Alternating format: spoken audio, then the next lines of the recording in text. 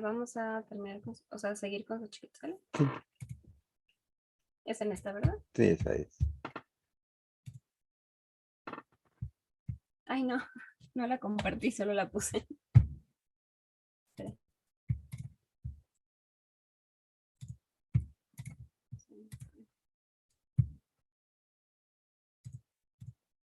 Ujú, Ujú. ujú. Déjame ver si es esta. Ese ya sé. Bueno, pues buenas tardes a todos y a todas. Ah, se ven unos cuadros. ¿Unos cuadros? ¿Todos ven esos cuadros? Me pregunta Quetzalix si todos ven unos cuadros raros. Y arriba Sí. hay un cuadro gris. Sí, sí, se ven dos. Arriba y a la derecha, maestro. Y es lo de ¿O qué Zoom. sale? Nunca había salido antes. A ver.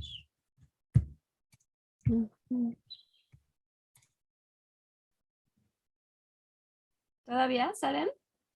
No, ya está bien. Ah, gracias. Bueno, gracias. Es que salían unas cosas medio extrañas. Bueno, buenas tardes a todos.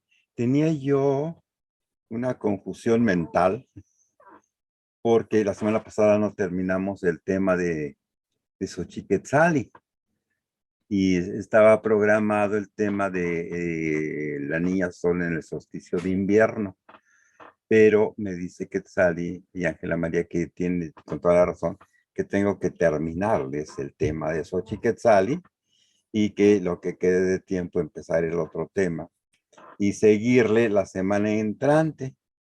Aunque yo tenía pensado terminar, pues, bueno, una de las posibles decisiones era terminar ahora con Xochiquetzali y empezar el bloque de 4 temas la semana que entra con el de la Niña Sol, pero dicen que no, que mejor termine Xochiquetzali y que comience el tema del solsticio de invierno y lo continuamos la semana próxima. Así que vamos a terminar este tema precisamente de Xochiquetzali. Entonces, voy a irme a donde nos habíamos quedado. Le puse segunda parte con esta preciosa foto que tenemos, con la que terminé la semana pasada. Y dice, trabajos conteniendo estas temáticas hacen falta, pues al realizarlos con objetividad estamos intentando esclarecer opiniones como la siguiente, la que está abajo, que se hacen quizás muy a la ligera copiando fuentes y solamente logran confundir más a quienes tenemos el deber de esclarecer las enseñanzas históricas sobre el México ancestral. Entonces, es precisamente esos criterios que han normado la posición de todos los que han escrito sobre la historia prehispánica. Por ejemplo, el texto siguiente es un texto actual en donde están analizando a la sociedad azteca. En primer lugar, debemos recordar que a los 26 años de que salieron de Aztlán, salieron en el 1064, en contra también de opiniones que dicen que salieron en el 1116 y otras que en el 1168. En realidad, la que encontramos más claridad es la del 1064, porque es la única forma en que nos checan, verificando a todos los espacios entre fuego y nuevo, fuego nuevo para que el que hicieron ya en plena, en 1507, ya en pleno florecimiento cultural, fuera el octavo fuego nuevo. De la otra manera no se completan. Entonces, necesariamente escogimos el 1064 porque es el que tiene la mejor distancia y número entre los fuegos nuevos. Entonces, y acerca de la sociedad azteca, si hubieran puesto en la sociedad mexica, estarían más en forma y no que están equivocándose desde el primer renglón en la sociedad azteca. Y porque todo el mundo dice azteca, creen que eso es la verdad.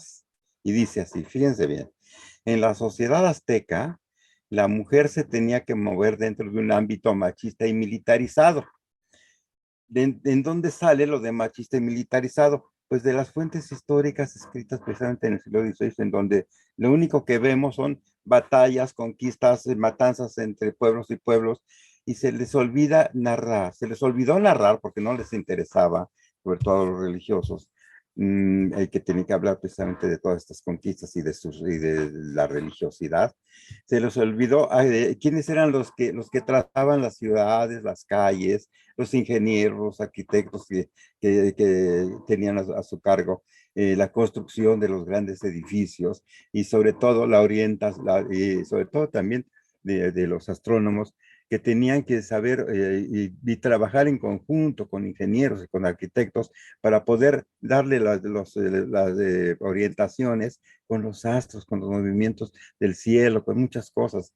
Se les olvida también quiénes eran los que decoraban estos edificios, los pintores, los que hacían los colores, los que fabricaban los colores, las pinturas, han durado tantos años, y además quienes hacían las esculturas y quienes las decoraban, de todo eso no hablan, solamente hablan de conquistas y de matanzas. Y eso es lo que hace la mentalidad del historiador actual. La mujer se tenía que mover dentro de un ámbito machista y militarizado.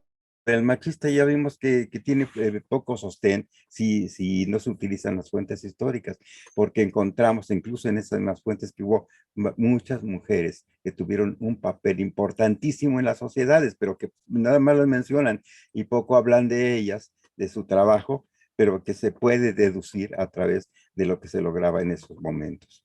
Y dice, su destino siempre estuvo asignado por el cumplimiento de preceptos morales y obligaciones cotidianas. Pero este punto de vista es muy católico, muy cristiano. Vaya, ellos tenían su propia filosofía, su propia moral, y no tanto como obligaciones, sino porque así era la vida, así se desarrollaban en la vida. En cambio, desde el momento que llegan los de la península ibérica, pues ya la mujer entra a un papel por completo sin chiste en la sociedad y tienen que tener esas obligaciones cotidianas para quedar bien con los varones. Dice, las mujeres se encontraban sustraídas de todas las actividades que tuvieran relación con el poder y el prestigio, lo cual también es mentira. Hemos visto el papel de muchísimas mujeres que tuvieron que ver realmente en la opinión para hacer o para llevar a cabo determinadas tareas importantísimas.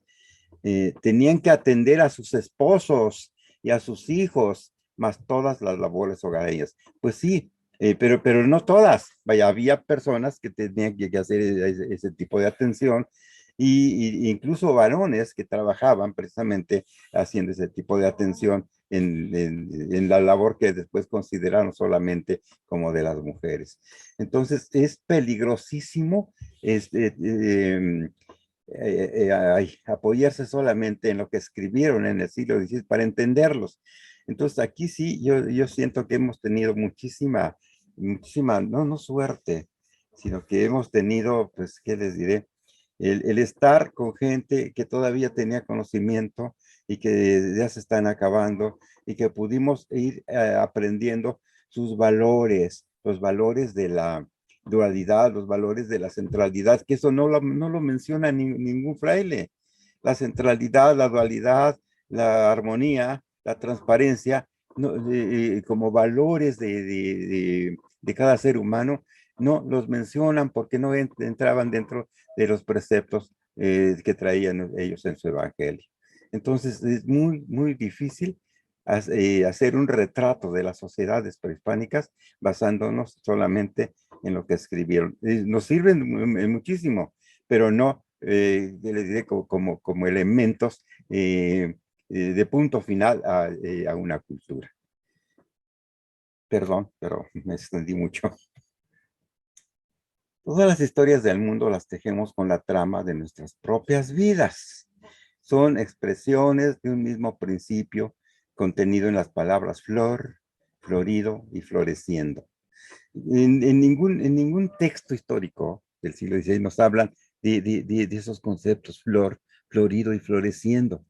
Se compara el trabajo de las hilanderas y de las costureras en el acto de devanar el hilo que va creciendo como el hijo en el vientre de la madre. Así, el acto de hilar se toma como símbolo de creación, una expresión en donde empieza el gran tejido de la vida. Entonces, qué hermoso. Tonatiuh, aquí está Tonatiuh, y Mestli conjuntan sus diferentes formas de energía para contribuir en el nuevo ser que se está formando en el vientre materno.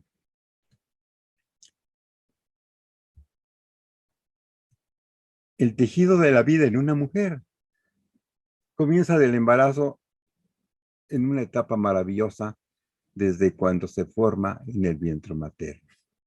El periodo del embarazo, ahí me pasé una.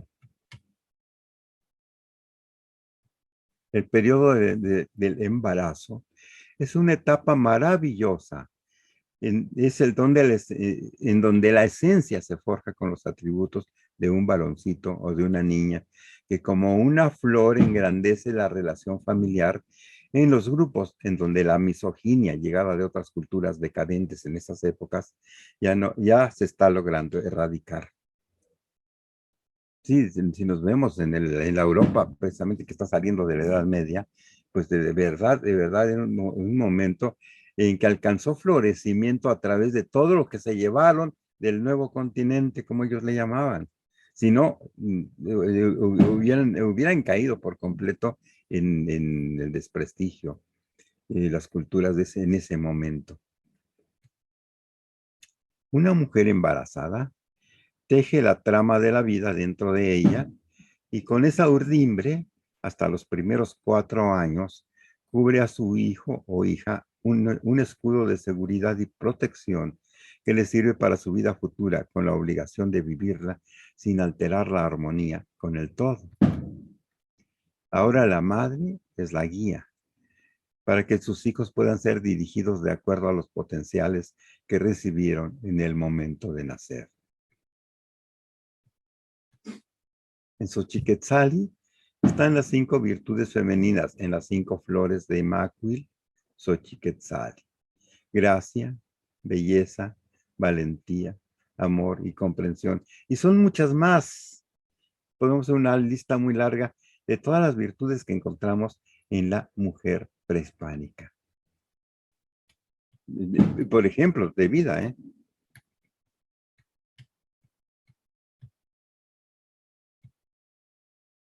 Xochiquetzali está presente en Macuilxochitl, 5 flor, Siguapilzin, la niña, mujercita, Tonacasiguatl, la que es de la energía del sol hacia las mujeres, Citlalinique, la de la falda de estrellas, Tlazocteotl, la que todo genera con amor, Tlazolteotl, la que abre sus brazos para recibirnos, Chicomecoatl, 7 serpiente, que es el de lo que se nutre la caña del maíz, Isnestli, la que tiene la cara llena de ceniza, Chantisco, la que es el calor dentro del hogar, Chalchutlicue, el agua corrediza, que es su falda de jades, las Auiani, las que siempre dan alegría, Mayauel, la que vive en el cerco del maguey, Teteo Inan, su madre de todos los elementos en la naturaleza. Lo van a encontrar de la traducción como la madre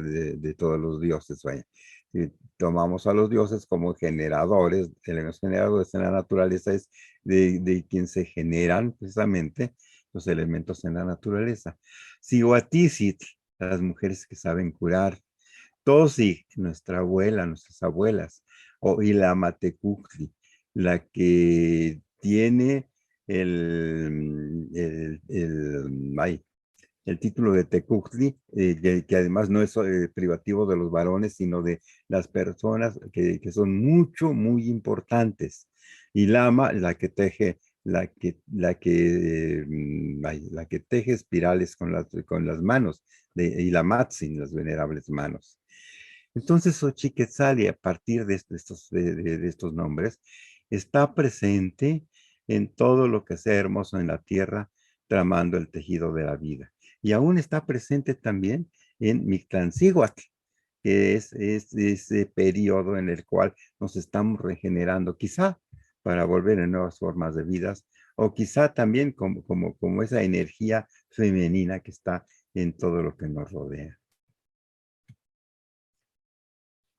Xochiquetzali, digamos, en lo más importante de la naturaleza, está en Tonacacihuatl. Xochiquetzali, Tonacacihuatl. ¿Se acuerdan ustedes que veíamos la semana pasada que decía Tonacacihuatl, de la cual uno de sus nombres es Xochiquetzali? Pues eso lo vamos a encontrar con todos estos nombres que están adelante. En la mayoría dice fulana de tal, que es cuyo otro nombre era Xochiquetzali. Y eso nos fue ubicando que Xochiquetzali no era una diosa que estaba en su nicho y a la cual tenían que ir a adorar, sino que extendiendo nuestra comprensión a todo lo que hay a nuestro alrededor, es una esencia femenina, está en todo aquello que tenga también una proyección femenina. Xochiquetzali, Tonacacihuatl, se hace presente como Teteoinan, su madre de los elementos.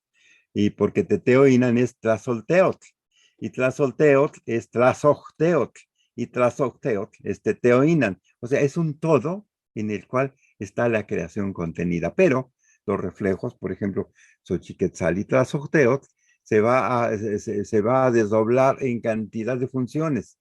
Una de ellas es Centeotl. Centeotl, el principio generador de todos los alimentos vegetales y que todavía vemos que en algunas regiones de Oaxaca se hace la elección de una joven cada año y le dicen la diosa Centeotl.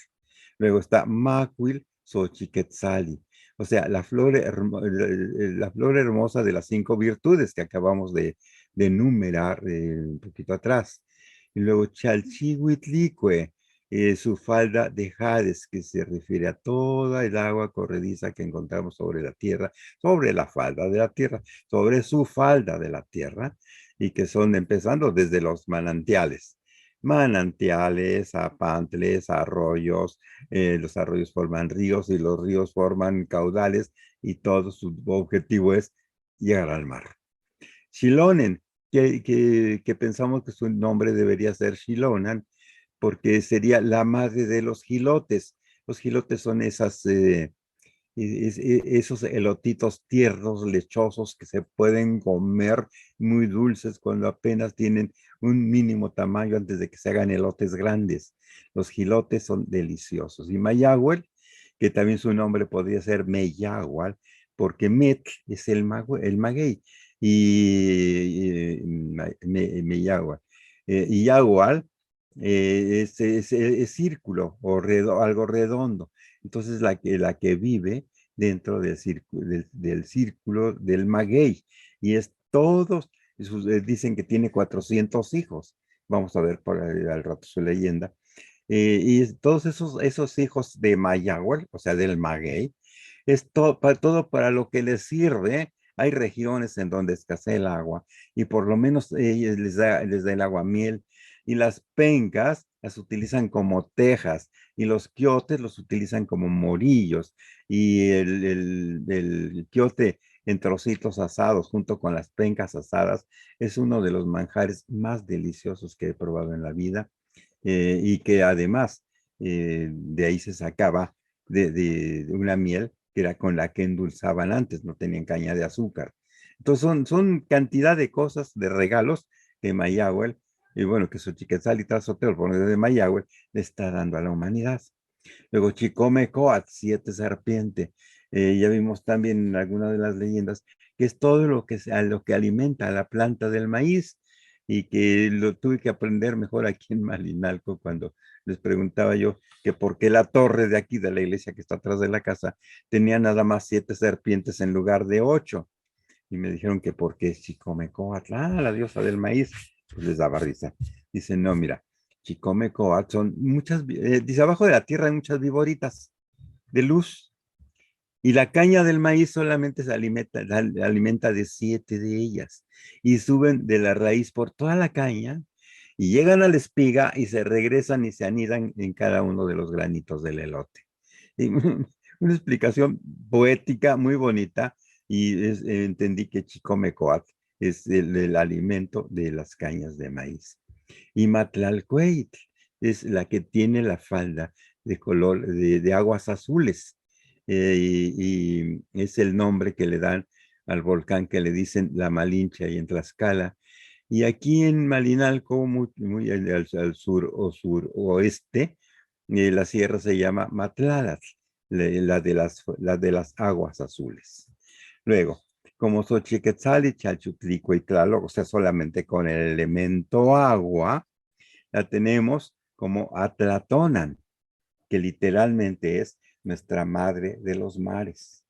La tenemos como Ayaucíhuatl, la señora de la niebla.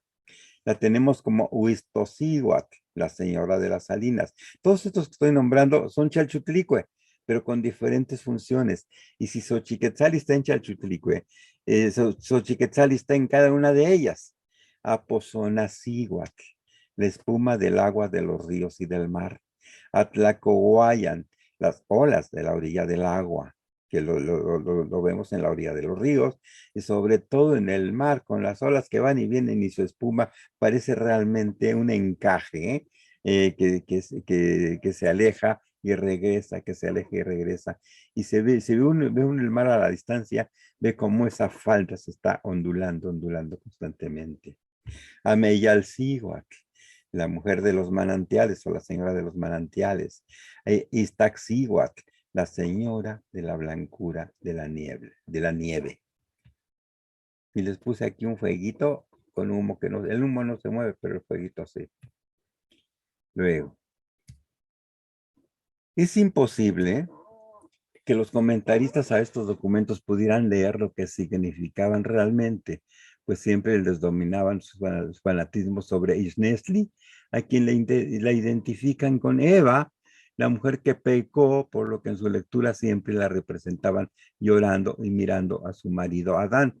Vean ustedes cómo la memoria que se les impregnó desde pequeños en la península ibérica y luego a los que entraron a los monasterios y a los seminarios y todo esto, y todo lo que conocían tenía que pasar por el sedazo de lo evangélico, del evangelio. Y entonces, en el momento que buscamos la imagen de Iznesli, pues vemos incluso varias cuestiones peyorativas. Aquí dice su chiquezal y arribita dice mierda, señalando lo que tiene en este recipiente. Así, mierda. Así puso el comentarista al dibujo. Y pintan la Iznesli como que está siempre llorando y mirando a su marido Adán. ¿Qué tenía que ver Adán y Eva con este dibujo? Pero vaya, eso era lo que tenían para poder entender todos estos dibujos. Y aquí está el texto que está debajo de este dibujo dice, pintan la Iznesli como que está siempre llorando. Hay algunas letras que no están escritas, entonces las tengo que decir de todas maneras. Siempre llorando y mirando a su marido Adán, lo mismo que Eva. Mierda, su chiquezal. Este año de 1562 a 23 de julio fue esta fiesta de la que pecó, llámase Iznesli, que quiere decir los ojos ciegos con ceniza. Las cerillas tienen que ser arrastradas, ciegos con ceniza. Y es esto después que pecó en coger las rosas, aquí no había rosas. Y así dicen que ahora no pueden mirar al cielo, y en recordamiento de esta holganza que perdieron, ayunaban de 4 años, de 8 en 8 años, esta caída y su ayuno era a pan y agua sola, y ayunaba en 8 días antes de que entrase una rosa, y entrando aderezábanse para festejarla. Dicen que todos los días de 5 de este calendario son aplicados a esta caída, por lo que en tal día pecó. Había mandamiento que se bañase de noche ahí termina el texto, pero no dice nada en absoluto de lo que el dibujo nos está diciendo. Solamente dice lo que ellos creían ver a través de lo que traían precisamente en su mente, en su cabecita. Esto anotó el comentarista al Códice Teyeriano, al cual se le disculpa por su ignorancia, permeada por su celo religioso. Pero los analistas actuales, que echan a volar la imaginación en forma absurda, los resultados son completamente peyorativos, describiendo la misma escena del Códice Teyeriano. Y vean ustedes, dice, con un vaso en la mano. Este es un comentario actual. Dice, con un vaso en la mano lleno de cuitlatl, que son suciedad y excrementos, mientras que en su otra mano sujeta el glifo del agua, como las prostitutas del Códice Florentino, lo cual alude que su llanto y su vergüenza derivan de una falta específicamente sexual. Igualmente, el Códice Borgia presenta a la diosa en una posición poco cómoda y su arreglo corresponde al de una mujer libertina, cabellera suelta y vistosas joyas. Asimismo, en la lámina 60 del mismo códice se presenta una figura que porta la vestimenta de Xochiquetzal, o sea, el Quexquemitl y el Enagua, ambos de varios colores. En otro lado, explican que las figuras que aparecen semidesnudas, extendiendo los brazos hacia arriba y hacia los lados con las manos abiertas, no solamente están vinculadas con una vida sexual y sensuosa, sino que incluso podrían representar a las rameras. Esto es una opinión de un historiador actual. Y vemos aquí a Huehuecoyotl. Es que Huehuecoyotl e Isnestli son los regentes de la cuarta trecena, que empieza en uno flor. Y así dice en el texto, Huehue con G, Huehuecoyotl, Isnestli, Suchiquezal. En las descripciones calendáricas respecto a la cuarta trecena del Tonalama, cuyos acompañantes son Isnestli y Huehuecoyotl, lo peyorativo se siente inclusive desde los informantes de Sahagún. Que nos dicen los informantes de Sahagún? Dice, del cuarto signo llamado Sesuchitl, los hombres que nacían en él decían que eran alegres, ingeniosos y inclinados a la música y a placeres, decidores, y las mujeres grandes labranderas, liberales de su cuerpo si se descuidaban, decían este signo ser indiferente a bien y a mal. También decían que eran indiferentes. Decían que cualquiera que nacía en alguna de estas casas, ahora fuese noble, ahora fuese popular, serían truán y chocarrero y decidor. Su ventura era su consolación y recibiría gran contento en estas cosas si fuese devoto a su signo. No le entendí nada, pero bueno, solamente que eran decidores, chocarreros, truanes y ellas descuidaban su cuerpo. Todavía continúa de Fray Bernardino de Sahagún, de la Historia General de las Cosas de la Nueva España.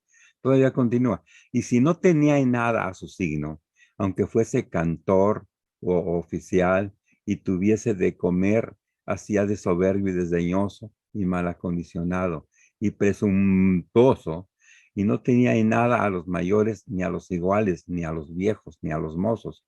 Con todos hablaba con soberbia y con desdén. Y si alguna mujer nacía en este signo, que se llama Sesuchitl, decían que sería buena labrandera, que era menester para gozar de estabilidad, que fuese muy devota a su signo y hacía penitencia todos los días que reinaba. Reinaba el signo. Y si esto no hacía, su signo le era contrario y vivía en pobreza y en desecho de todos. Y también era viciosa de su cuerpo y vendíase públicamente. Y decían que aquello hacía por razón del signo en que había nacido, porque era ocasionado a bien y a mal. Y nada más con leer esto, no queda de eso de conocer ni a un joven ni a una chica que naciera en el día uno flor. Fray Bernardino de Sahagún, Historia General de las Cosas de la Nueva España. En realidad, nada, por lo que respecta a Isnestli, es tan lujurioso. Se trata de otra de las representaciones de la esencia de Xochiquetzali, como una preadolescente, que según las personas de conocimiento a quienes acudimos para esclarecer esto, nos comunicaron, su nombre es Isnestli, la que cubre su rostro con cenizas, y no se trata de ningún personaje bíblico, y mucho menos de jovencitas pecadoras.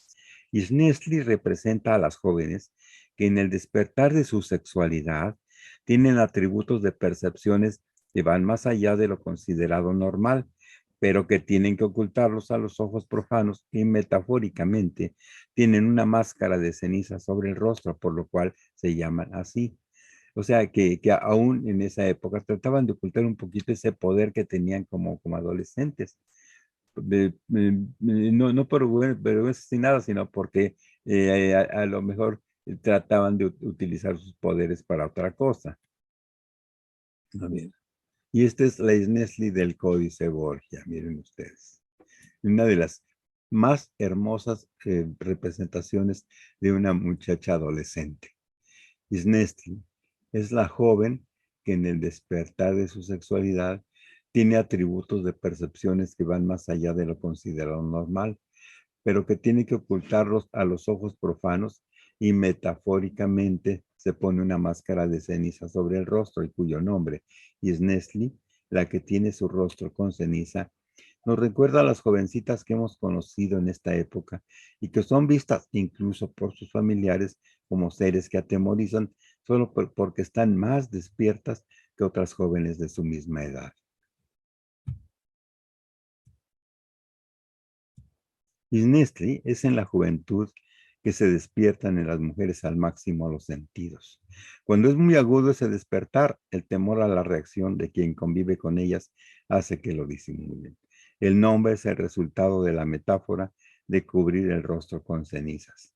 ¿Cuántas veces en nuestra propia casa nos hemos encontrado con de jovencitas que tienen muy desarrollado ese poder mental, un gran poder mental más bien, y que cuando están enojadas pueden hacer que se muevan las cosas en la mesa, pueden hacer que se caigan los trastes de un lugar, pueden hacer muchas cosas con la mente y que en alguna forma pues es algo muy especial que tiene que ver precisamente con el conocimiento de Tezcatlipoca. Desafortunadamente, esto les dura siempre, digamos que desde de los 11 a los 14, 15 años.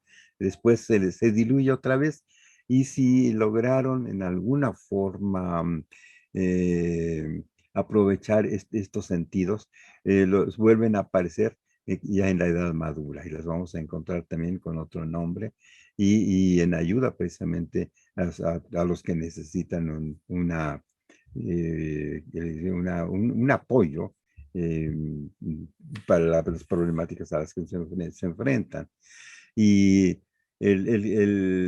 la casa que se ve arriba cayéndose es precisamente por el desajuste que ocasionan estas niñas cuando están dentro de su casa. En cambio, encontramos un comentario me parece que fue de Federico Toribio de Benavente, es el que dice que eran tan libidinosas las Isnesli, que son las que desbarataban los hogares, solamente por este dibujo que está aquí en el Códice Borgia. Las Xochiquetzal Isnesli son las Ixcuinan, ya ancianas, las que conocen por el rostro. De su nombre se deduce el requisito de que deben haber sido madres y haber llegado a la edad madura con la sabiduría del placer sexual y así lograr percibir lo que a alguien le sucede solamente con verle la expresión de su cara. Iscuina Xochiquetzal, la etimología es Isli, que quiere decir rostro, Cuya, que quiere decir tomar, conocer, y Nantli, que quiere decir madre.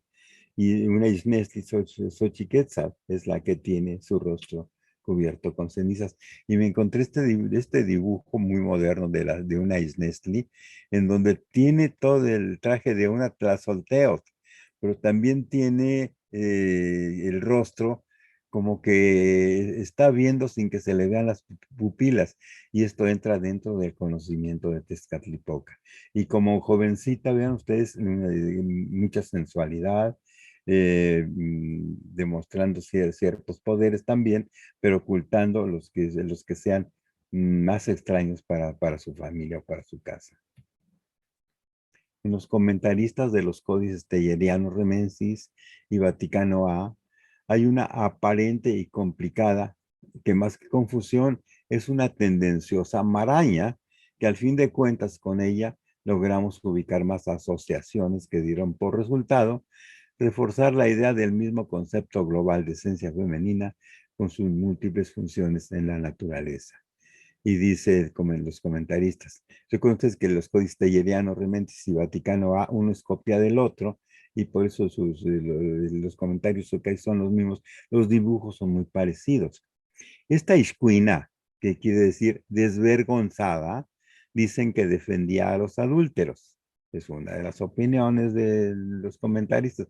Regularmente los comentaristas eran legos que estaban al servicio precisamente de los religiosos de carrera. Era señora de la sal, era un eustóxico según esto, del estiércol, de la desvergüenza y causa de todos los pecados. ¿De dónde sacarían esto? ¿Quién sabe? La pintaban con dos caras o con dos colores en el rostro. Era mujer de Mictlantecutli, Iscuina, el dios del infierno, o el infierno también, otro concepto que era ajeno a todo de aquí.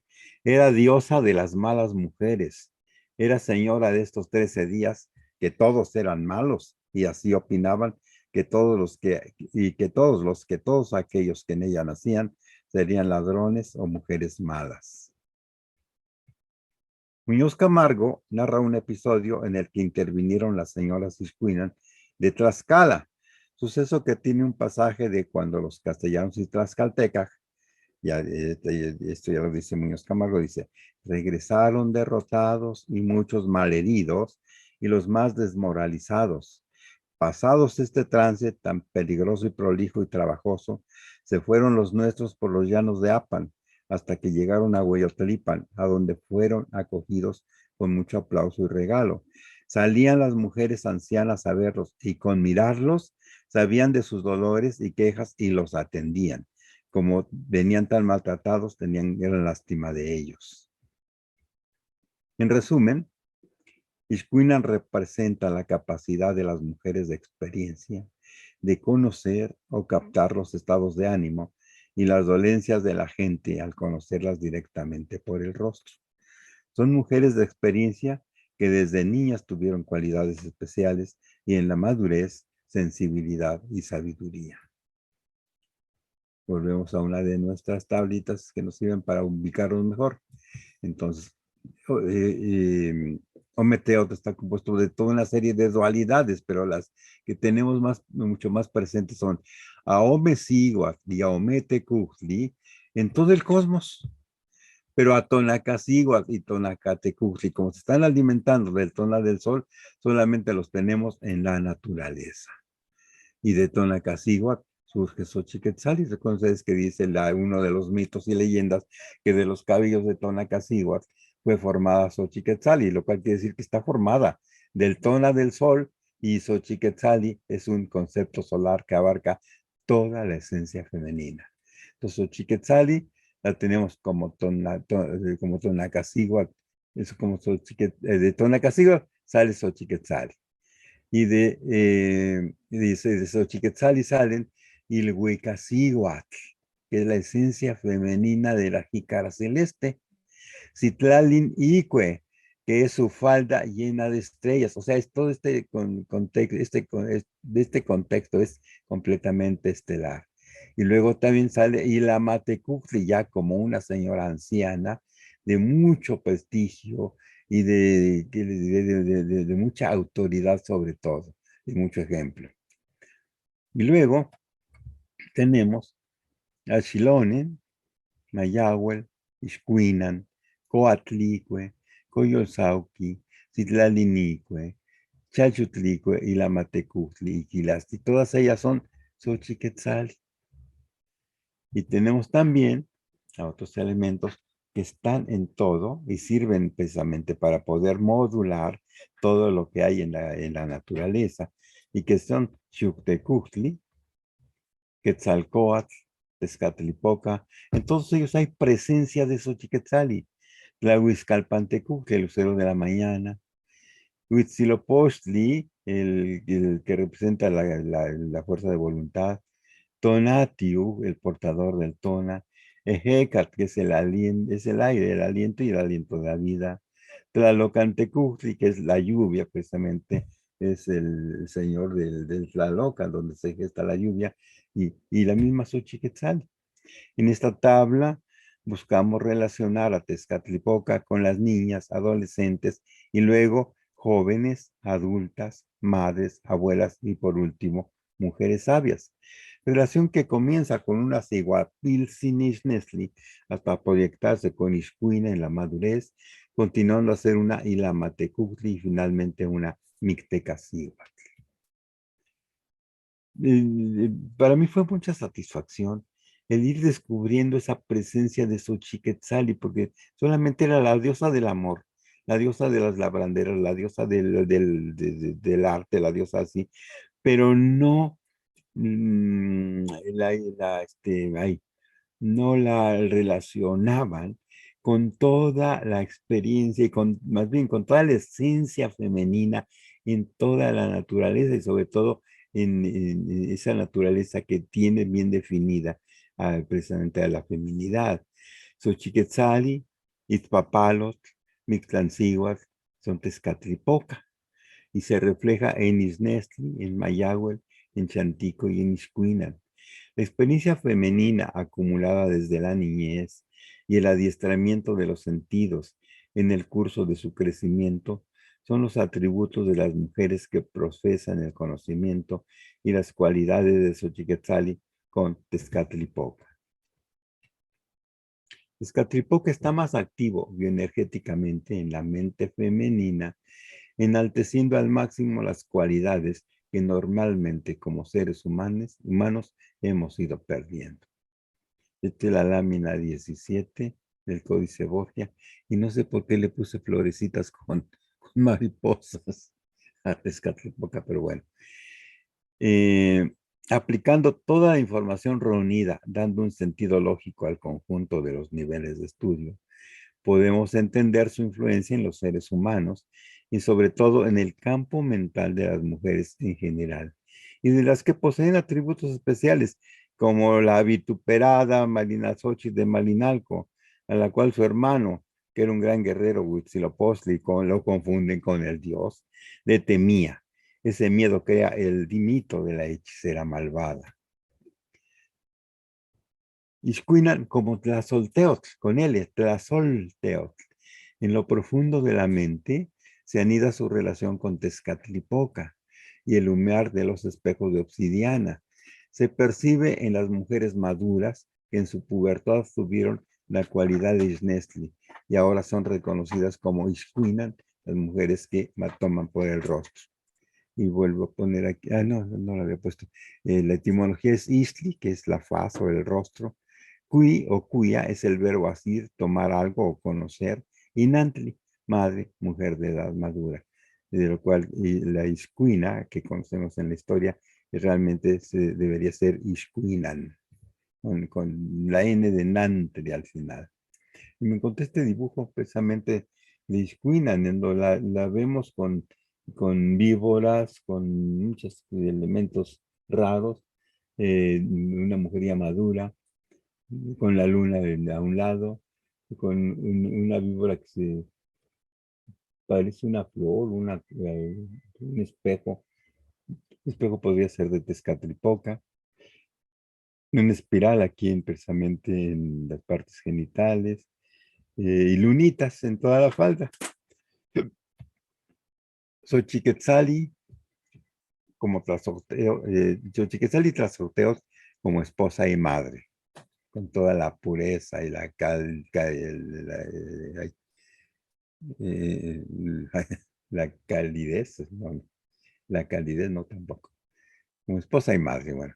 Y Xochiquetzali tras sorteos, aquí es tras la que da cariño, la del cariño de la casa, de la familia.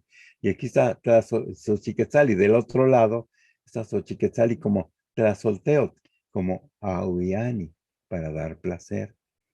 En el Códice Borgia, principalmente, y en otros códices posteriores, ocupan el lugar de Tlazolteotl o de Xochiquetzali, a veces Chalchutlicue, Ixcuina o Mayagüel, que demuestran ser una misma entidad repartida en varias funciones, lo cual fue otro detalle más que nos hizo aceptar que son distintas representaciones de una sola fuerza femenina generadora.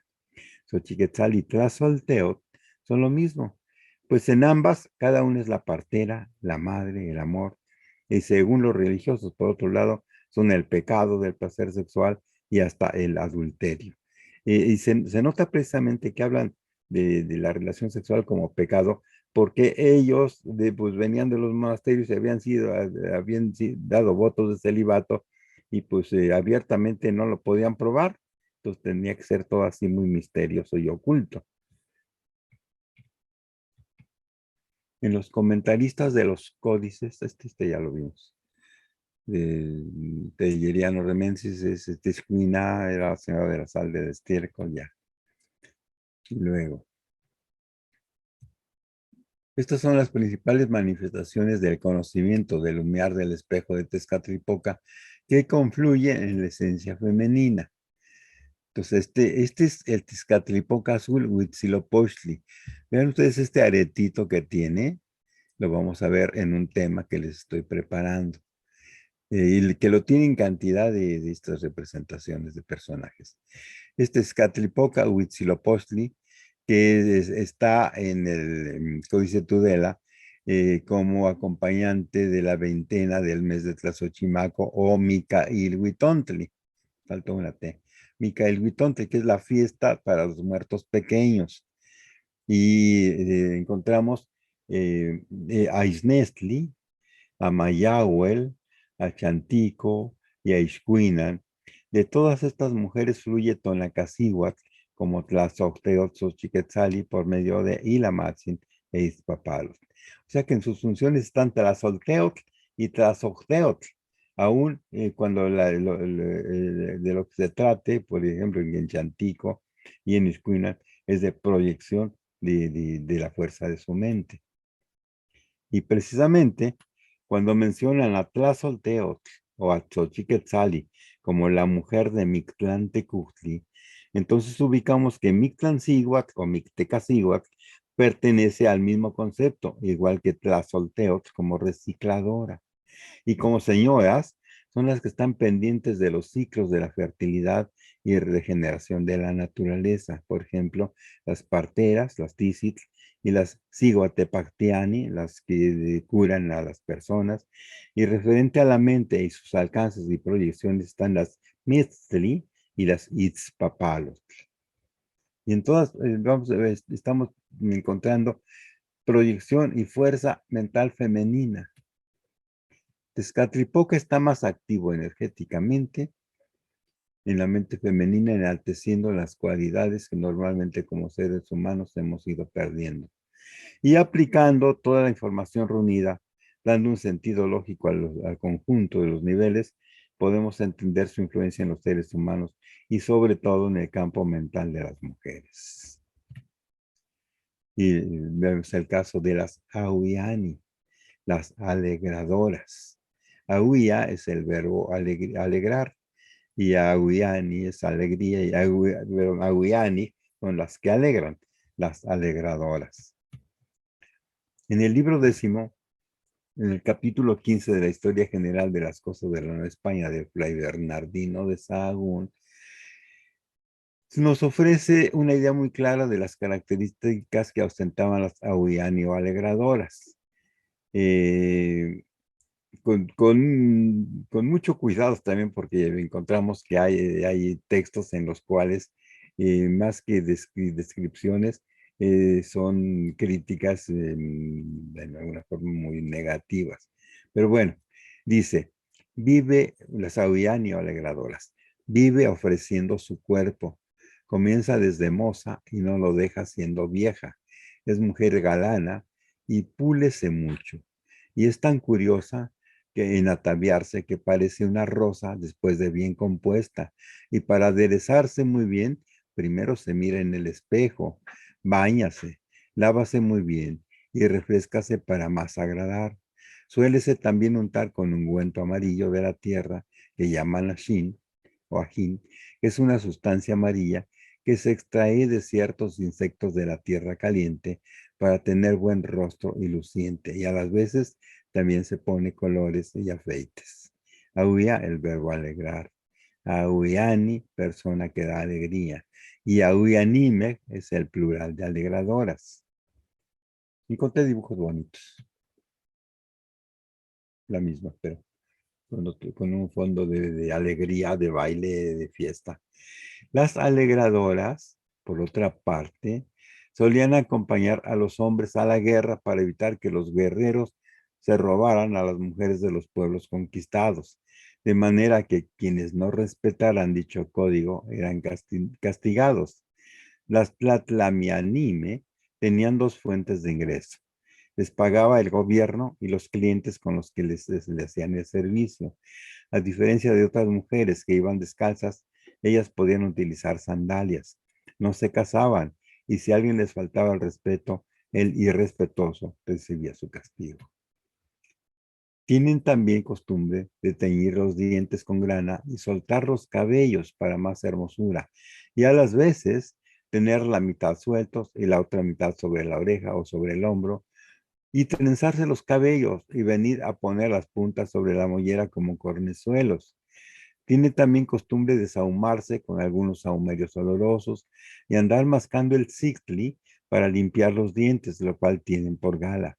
Y al tiempo de mascar, suenan las dentelladas como castañetas. Es por andadora o andariega, callejera y placera.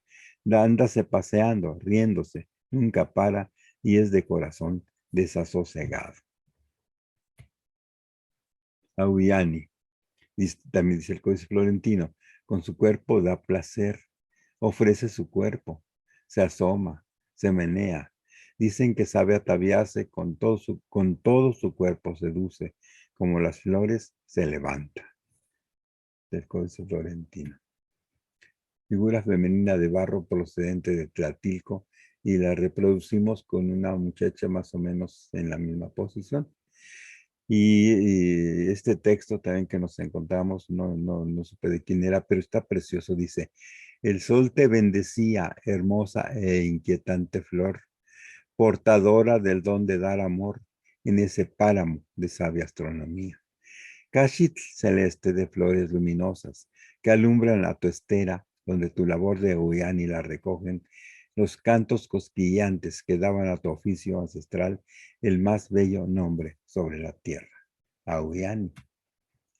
Con la llegada de los castellanos, sin embargo, desapareció el respeto hacia ellas de manera radical. En la obra de Sahagún se da cuenta de ello y dice, ya en tiempo del virreinato, a las Auyani las volvieron tlatlamiani. Ahora andan como borrachas y perdidas, y cualquier hombre las obliga a dar su cuerpo. Son mal vistas por andar sucias y sin vergüenza, habladoras y muy viciosas para el acto carnal, y andarse pavoneando como una mala mujer que es desvergonzada, disoluta e infame. Y por los deleites en que anda de continuo, sigue el mal camino. Júntase con unos y con otros.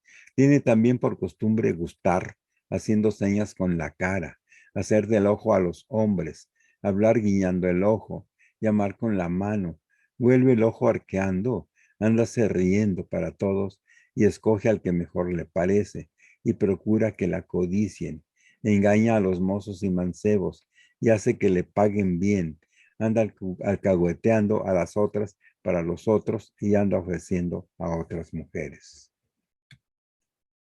Durante el periodo virreinal, desde el gobierno de la Nueva España, se reguló la profesión para servicio de las altas esferas, de las esferas altas económicamente, con la anuencia de la Iglesia, que necesitaba de dicho oficio.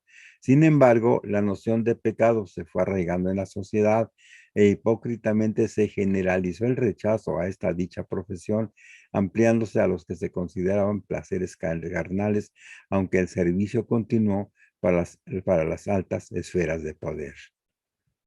Bueno, en la historia de los mexicanos por sus pinturas, incluyó Fray Andrés de Olmos otro mito que el padre Ángel María Garibay tituló en épica náhuatl como de la creación del maguey. En ella intervienen Ejecatl y un árbol que tiene dos ramas. Una rama se llama Quetzalhuéxotl. El huejote es el sauce, Quetzalhuéxotl, y la otra es Xochicuauitl, la rama florida.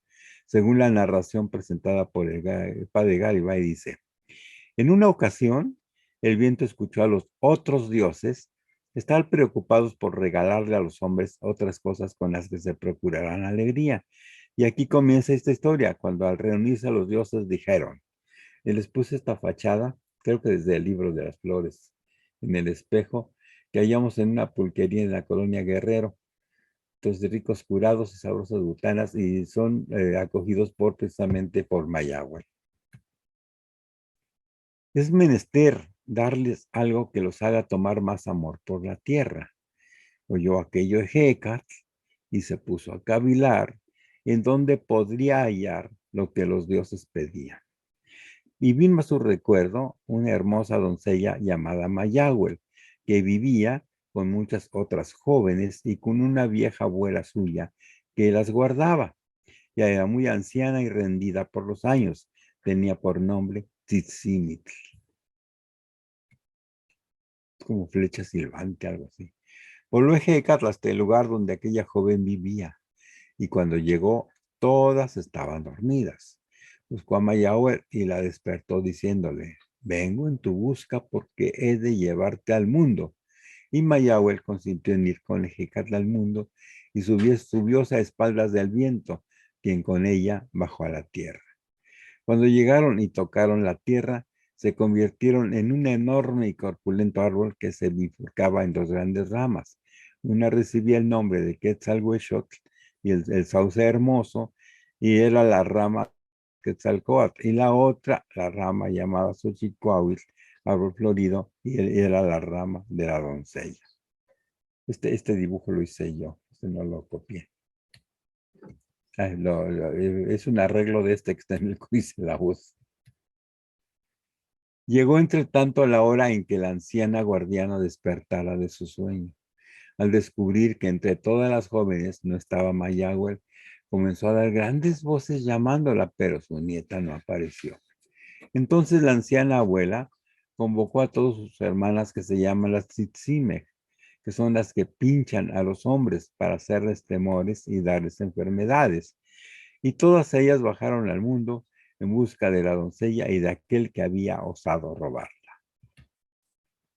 Cuando todos estos seres tocaron la tierra, el árbol se desgajó, cayendo las ramas separadas, cada una al lado opuesto. Al ver la anciana la rama del árbol florecido, reconoció inmediatamente a su nieta y, llena de furia, la destrozó completamente y convidó a sus hermanas de las ramas, las hojas y las flores, quienes las devoraron al momento. La rama del sauce hermoso, que era la de Hecatl, no la tocaron, dejándola abandonada sin hacerle caso. Cuando las Tzitzimeh regresaron a sus moradas, Hecatl tomó la forma del viento y comenzó a recoger las astillas del árbol florido, que era la doncella, y comenzó a sembrarlos en los campos. De ellos brotó una planta que eleva sus brazos al viento, de la cual sacan los hombres una muy rica miel, que fermentada hace un vino deleitoso.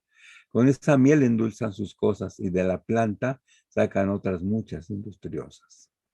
Hermoso mito, aunque realmente Mayagüe representa una planta peculiar de nuestras tierras, el famoso metl, el maguey del campo mexicano, formado según la leyenda de una esencia femenina concentrada en la tierra, pero regulada por los ciclos de la luna. Eso se ve precisamente cuando está uno en los magueyales, que si hay luna llena tiene más jugo y si hay luna nueva tiene menos jugo. Por eso está regulada por los ciclos de la luna, dedicada a dar solas y materiales a los seres humanos. En el Códice Laus y en el Borgia está representada como la esencia o espíritu de esta planta. La composición etimológica del nombre es la siguiente: Metl, el maguey; Yaguali, círculo o cerco. Meyagual, la del círculo del maguey, sería el nombre correcto de Mayagüe, que es esencia puramente femenina que existe dentro de los magueyes, cuyas hojas o pencas en cada planta brotan alternadas en forma circular y en espiral ascendente desde el tronco, el cual es el corazón del maguey, al cual se llama Meyoloctli, conocido actualmente como el nahuatlismo de Meyolote. Y bueno, cuando veíamos crecer los magueyes de mi abuelo, que le íbamos a robar el aguamiel mis hermanas y yo, con unos popotes que cortábamos de las dalias en la barranca, que tenían hasta 1 metro de largo los tallos de las flores. Veíamos eso y nos admiró que no van saliendo en forma de círculo. Bueno, sí, en forma de círculo, pero van saliendo en forma de espiral. No, es algo que hemos visto en las palmeras y en muchísimas otras plantas, en donde las ramas en este caso las pencas, se van desenvolviendo en una espiral constante, pero todas agarraditas al tronco. Para que se manifieste Meyagua en los productos del maguey, existen varias técnicas. Por ejemplo, para hacer que la miel se junte, hay que quitarle el corazón al maguey, vaciándolo hasta formar un cuenco natural que por las noches destila el jugo. Y cada mañana el cuenco está lleno del sabroso néctar llamado necumet, miel del maguey, utilizada además como endulzante y con fines curativos para proteger el estómago y los intestinos. La dualidad de Mayahuel es Pactecatl, cuyo nombre significa el de las plantas curativas. A Pactecatl, como en el caso de Mayahuel, se ha transcrito su nombre equivocadamente llamándolo Pantecatl. Pantecatl viene de Pantli, el de los estandartes, aunque sus verdaderos atributos no son como portador de los estandartes, sino el de curar a las personas.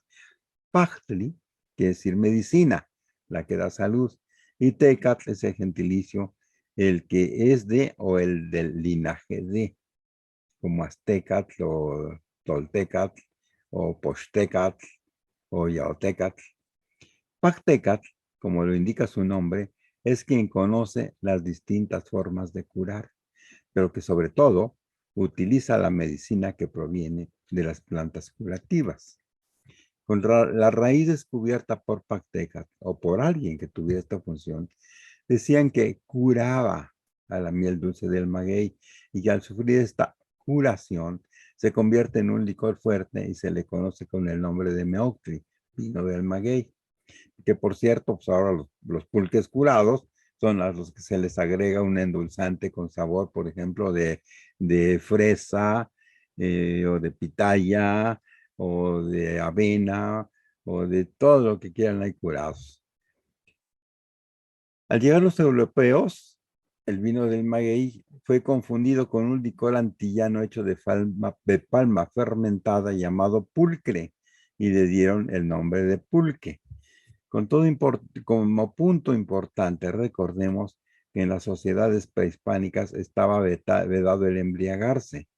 Al llegar los blancos con la caña de azúcar, comenzaron a inducir a sus peones y esclavos a ingerir el aguardiente, degenerándose las etnias por el castigo, por el trabajo extenuante, por la anemia y, para colmo, por el alcohol. En el altiplano, las haciendas pulqueras, propiedad de criollos e ibéricos, fueron llenando como manchas oprobiosas el campo mexicano con la mala intención de sus dueños de enriquecerse a costa de la degeneración física y mental de nuestra gente. La que en la antigüedad fue una planta noble y sagrada, se convirtió en manos de unos cuantos en eficaz instrumento de enajenación colectiva.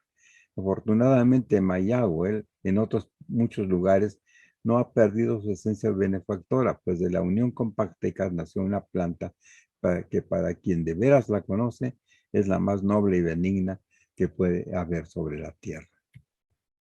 Xochiquetzali en Mayahuel es la madre de los innumerables conejos, los enzontotochtin, los muchos productos que son los muchos productos que se pueden utilizar del maguey. Metafóricamente, esta planta nos sirve de ejemplo de lo que es el trabajo comunitario.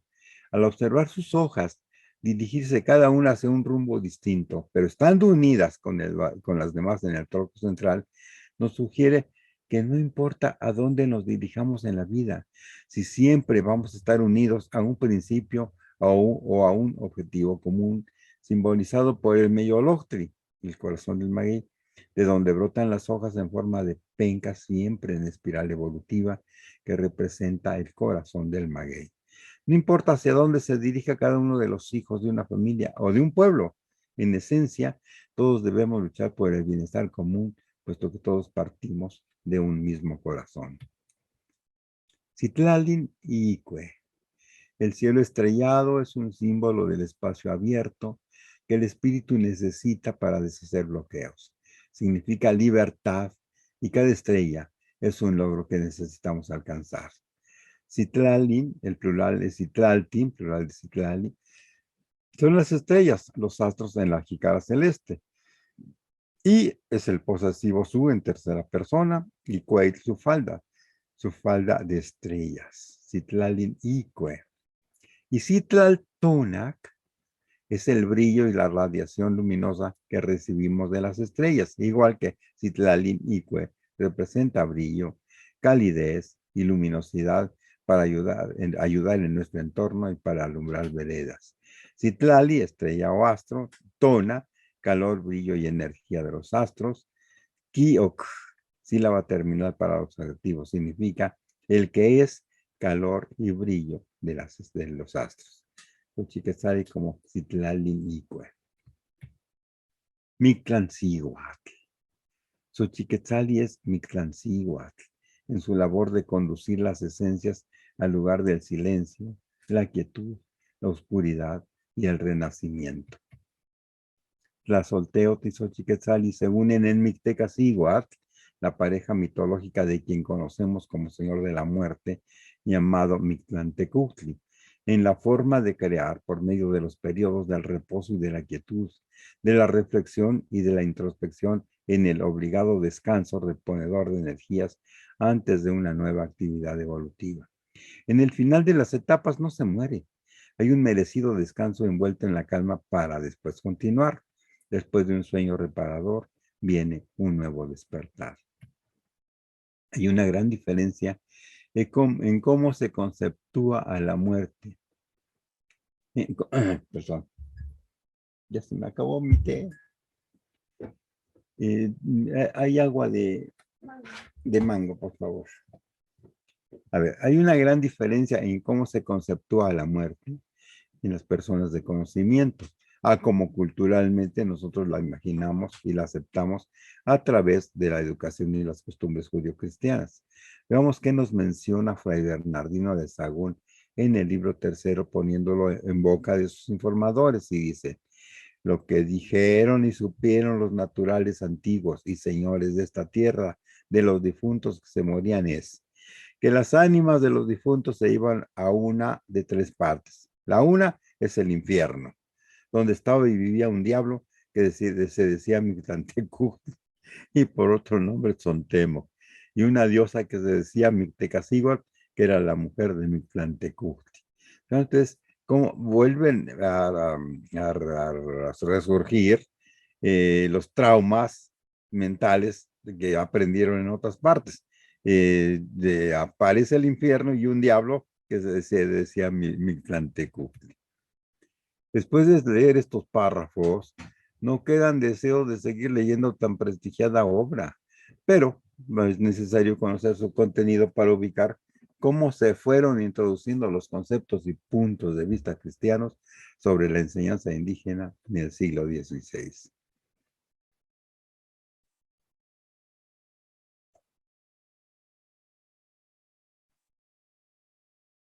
Qué rico, gracias.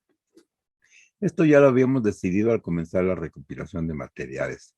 El lugar al que se refiere el texto es el Mictlán, y ni por asomo es el infierno cristiano. Ni en este lugar estaban aposentadas ningunas ánimas. Algunos historiadores europeos en la actualidad le dan el nombre del Tártaro. Mictlantecuhtli es Mictlantecuhtli y no es ningún diablo. Mictecacihuatl o Mictlantzíhuatl no es ninguna diosa. Es la condición femenina del acto de trascender cotidianamente o para siempre en cada lapso de existencia.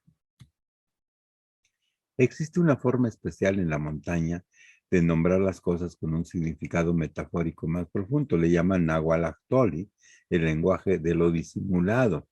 En esa forma tiene otro significado. Por ejemplo, Miki es el verbo morir en la lengua cotidiana, pero en la otra forma del lenguaje significa trascender, cambiar o transmutar. Mikisti literalmente es la muerte, pero en el otro lenguaje es el transmutar. Temiki es el verbo soñar y temiki, soñar, significa literalmente trascender o cambiar a las personas porque morimos parcialmente cuando dormimos. Visto desde esta perspectiva, el dormir y el soñar es lo mismo que morir y renacer. La muerte es solo un paso, un cambio. Es la sucesión de la existencia. No se toma como un fin. Solamente así nos podemos explicar lo que sucede en la falda de Tonantzin, y como Tlazolteotl. Su función en la tierra es muy importante, porque Tlazolteotl recibe a los seres y todos los materiales orgánicos cuando llegan al final de sus ciclos de existencia. Abre los brazos y envuelve a la hierba que se seca, a los árboles que caen, a los animales que mueren en el monte, las excreciones de los seres vivos, todo lo recibe Tlazolteotl para transformarlo por medio de la acción de Mictlán Cihuatl y de Mictlán Tecutli. Los seres humanos al morir somos recibidos en sus brazos abiertos, envueltos en el regazo de esta madre, para ser transmutados en nuevas formas de vida, convirtiéndonos en sales y minerales o sirviendo de alimento a algún animal que necesite sustento, el que a su vez también será recibido al término de su ciclo por ella. Los encargados de realizar estas transmutaciones son Mictlán Tecutli y Mictlán Cihuatl. Los equiparan con dioses, pero son transiciones que se dan cotidianamente en la naturaleza. Los señores del Mictlán forman la dualidad que actúa por medio del reposo y la quietud. Conociendo el principio de la vida y reconociendo que cada ciclo tiene su propio final, donde quiera que la vida y su esencia se generen, existirá el fin de cada uno de los ciclos, transformando la materia en energía en todo lo existente. En otras palabras, donde quiera que existe la vida, también existe la muerte. Ometeo, el principio creador dual, está actuando en ese sentido en los señores de la transmutación. Ometeo es Mictancihuatl y Mictantecutli, transformando todo lo que llega a su término natural para convertirlo en nuevas formas de vida. Aplicando el principio de la dualidad al estudio de las fuentes que tratan al mundo prehispánico, se descubre que el papel de la mujer no se definía de manera personal, sino de manera dual, a partir de principios contrarios que se complementan y logran un equilibrio. Lo femenino con lo masculino, el hombre y la mujer, el gobernante y la esposa del gobernante. En este sentido, las mujeres principales desempeñaban un papel único, aparte de generar nuevos miembros de sus dinastías, asegurar que sus territorios siguieran siendo sagrados para que sus hijos y sus nietos fueran los gobernantes. Su poder era gobernar, con la misma importancia de engendrar en su vientre un miembro más en su linaje, fuese varón o mujer. Y puse a dos mujeres, Tecuixpo y Atotostli, aquí en la ilustración, y Atotostli e Ilancueitl. Se entrevé que ellas detentaban un poder político impresionante. En ellas se gesta la descendencia, futuros miembros del Tlactocan. Las mujeres no eran objeto de intercambio, como aseguran las crónicas. Fueron educadas y preparadas precisamente para ser esposas y para gobernar. Eran mujeres estrategas, fueron guerreras, incluso líderes, pero todas ellas obedecidas por su pueblo, incluso en épocas de escasez. Por su parte, una mujer común era aquella que no pertenecía a la aristocracia gobernante, pero también tenía un papel fundamental, aparte de tener familia y una descendencia. Es importante entender estos aspectos desde la perspectiva de las propias culturas prehispánicas y no desde nuestros ojos y con base en conceptos que fueron completamente ajenos. Xochiquetzali Yaucíhuatl, hermosa mujer guerrera. La valentía es una de las 5 virtudes que tiene cada mujer en su esencia y que sabe cómo equilibrar la prudencia con la osadía, como virtudes que solamente se logran por medio de la armonía en nuestro interior, sacando el corazón para que se refleje en el rostro, teniendo en el mismo nivel de actividad al razonamiento, los sentimientos, las emociones y los instintos. Es importante, o el mismo texto, es importante entender estos aspectos desde la perspectiva de las propias culturas prehispánicas y no desde nuestros ojos y nuestra formación actual, porque sin experiencia con lo que con lo que se salvaguardó, estaremos inventando teoría tras teoría con base en conceptos que son completamente ajenos a lo que pretendemos conocer. Hermosa mujer guerrera, Xochiquetzal y Yaucíhuatl. En Xochiquetzal se hace presente esta otra cualidad cuando las circunstancias así lo requieren.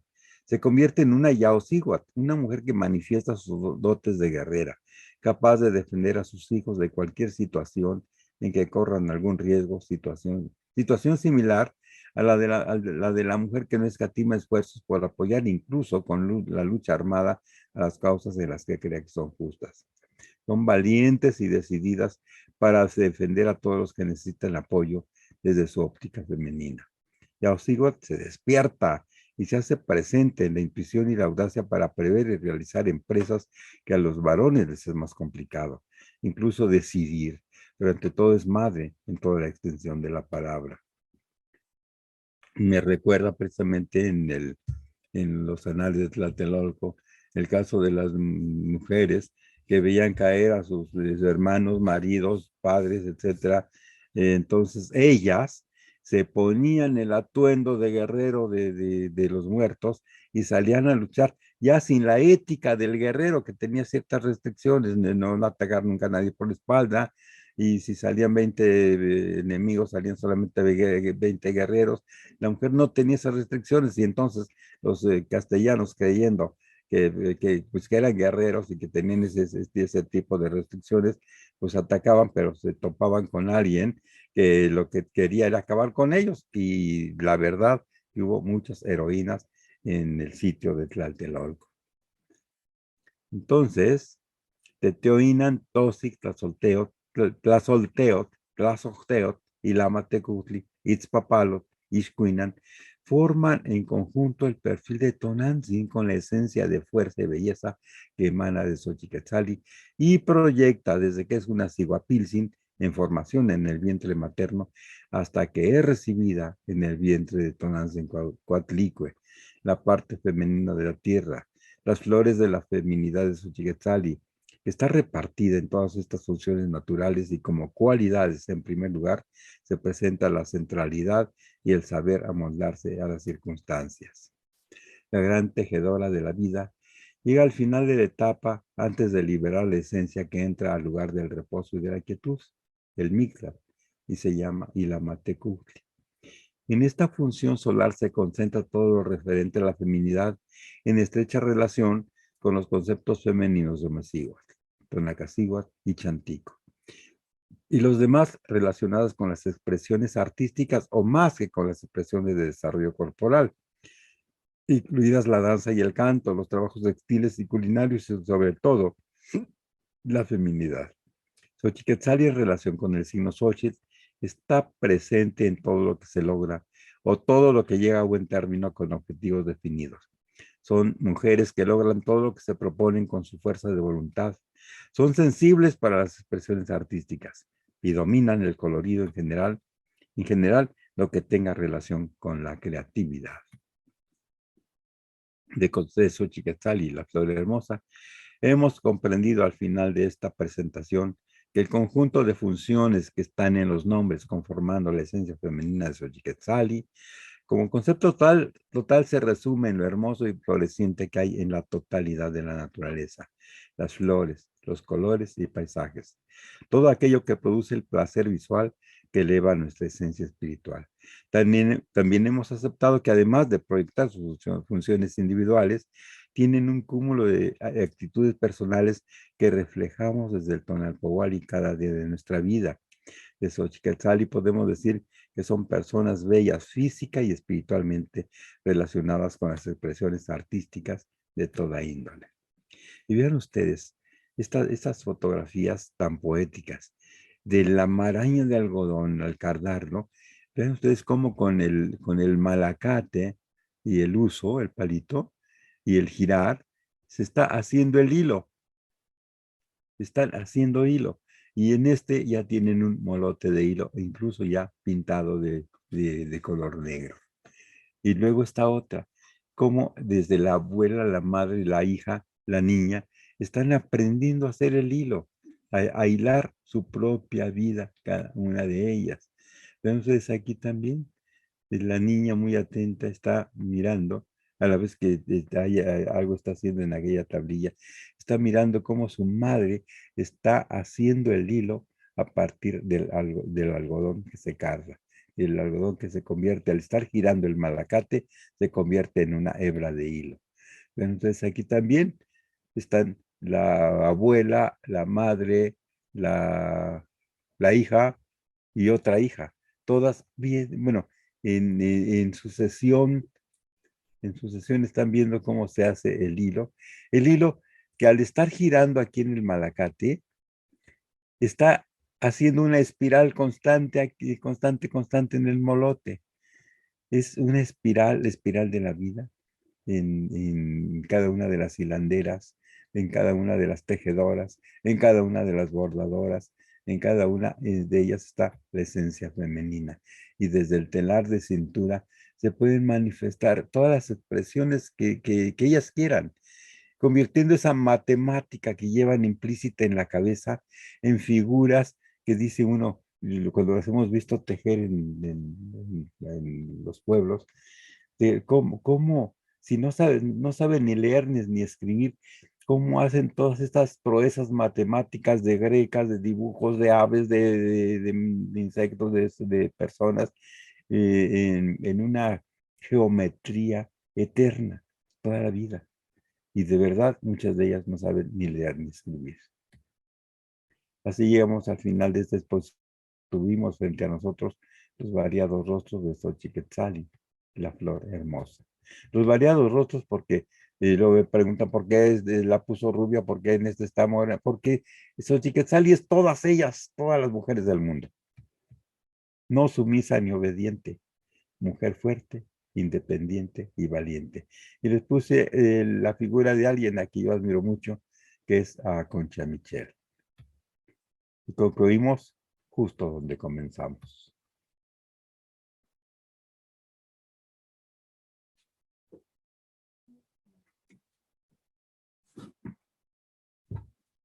Y no le puse el número 10. ¿Quieres que te ponga la otra Sí, por presentación? favor, sí. ¿Cuál es? No está abierta. Abro La bien. abrimos. Es esa. Esa, mira. ¿Qué horas son? 7:30. Me da tiempo de abrirla. Ujú.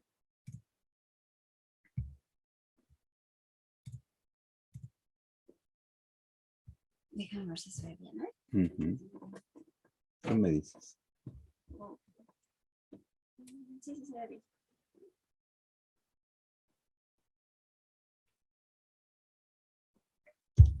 Pues bienvenidos a otro tema.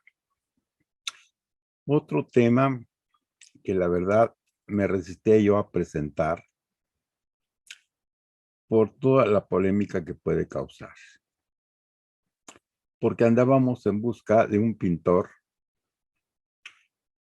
del primer pintor que de verdad llegó, bueno, en lo cual se encontraron pruebas que es el que hizo la primera obra de un pintor que provenía de la península ibérica y se asentó en lo que le llamaban la Nueva España y dejó huella, porque además encontramos otras opiniones y que da otros nombres para los primeros pintores, pero hay un historiador que se llama Augusto Vallejo, es el que hizo esta pesquisa de quién fue ese primer pintor que llegó a la Nueva España y que además logró incluso cargos políticos y que también sirvió, pues quizá como maestro en la Escuela de los Naturales, de Jorge de los Naturales, en la capital de la Nueva España. Bueno, andábamos buscándolo y nos fuimos encontrando con otras cosas muy importantes. Esto también es obra del Calpulito Toltecayo y te doy las gracias también. Parte del conocimiento que aquí está expuesto, aparte de Augusto Vallejo, aparte de muchos otros que me encontré en internet, hay muchos cálculos también de David Wood y sobre todo también el consejo y guía de Isabel Causar para realizar este tema.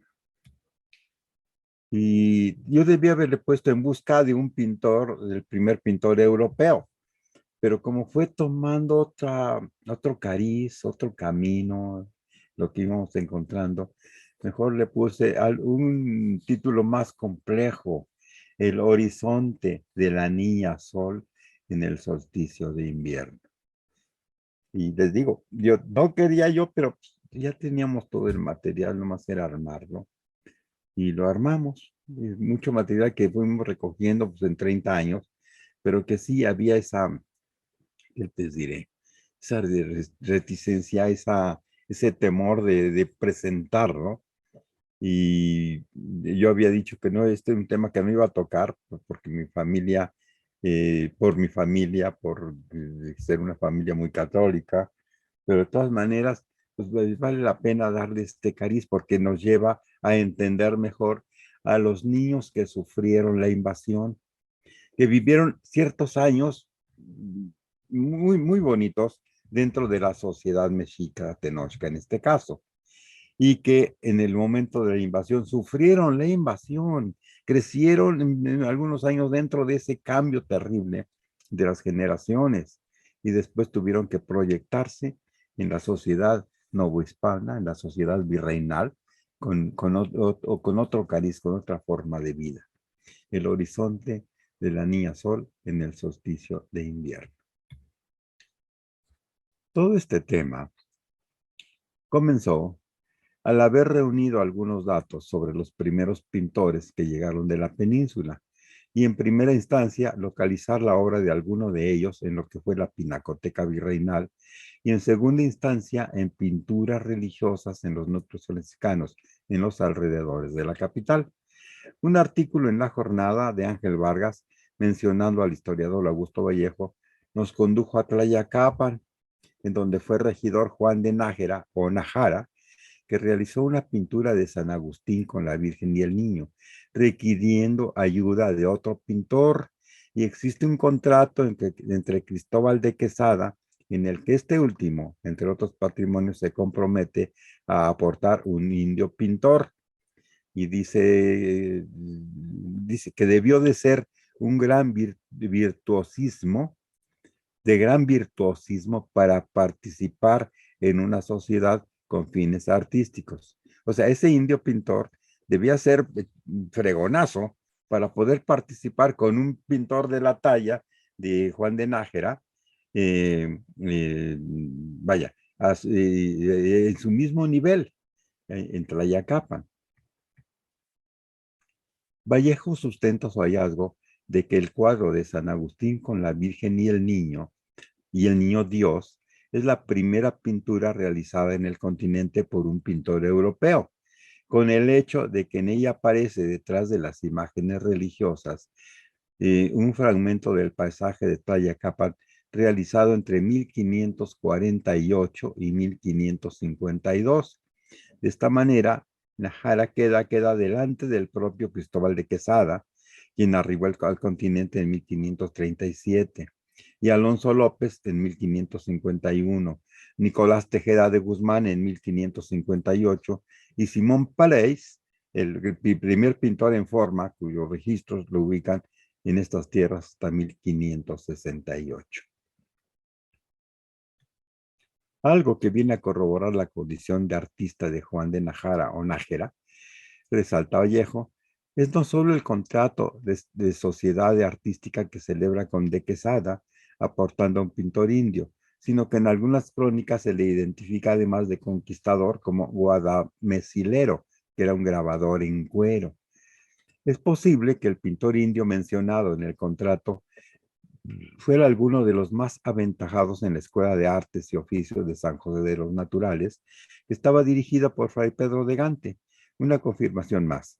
En fechas recientes fue hallado un documento de 1541 en el que se registra a Nájara como conquistador y pintor, Además, Fray Toribio de Benavente Motolinía alude a él, aunque sin nombrarlo, en su historia de los indios de la Nueva España, y Fray Jerónimo de Mendieta también dicen que los indios le copiaron su oficio. Quiere decir que era tan admirado el arte de Juan de Nájera que algunos de los muchachos que estaban alrededor de él le copiaron su oficio. O sea, trataron de parecerse en sus trabajos a lo que hacía este pintor español, bueno, en castellano.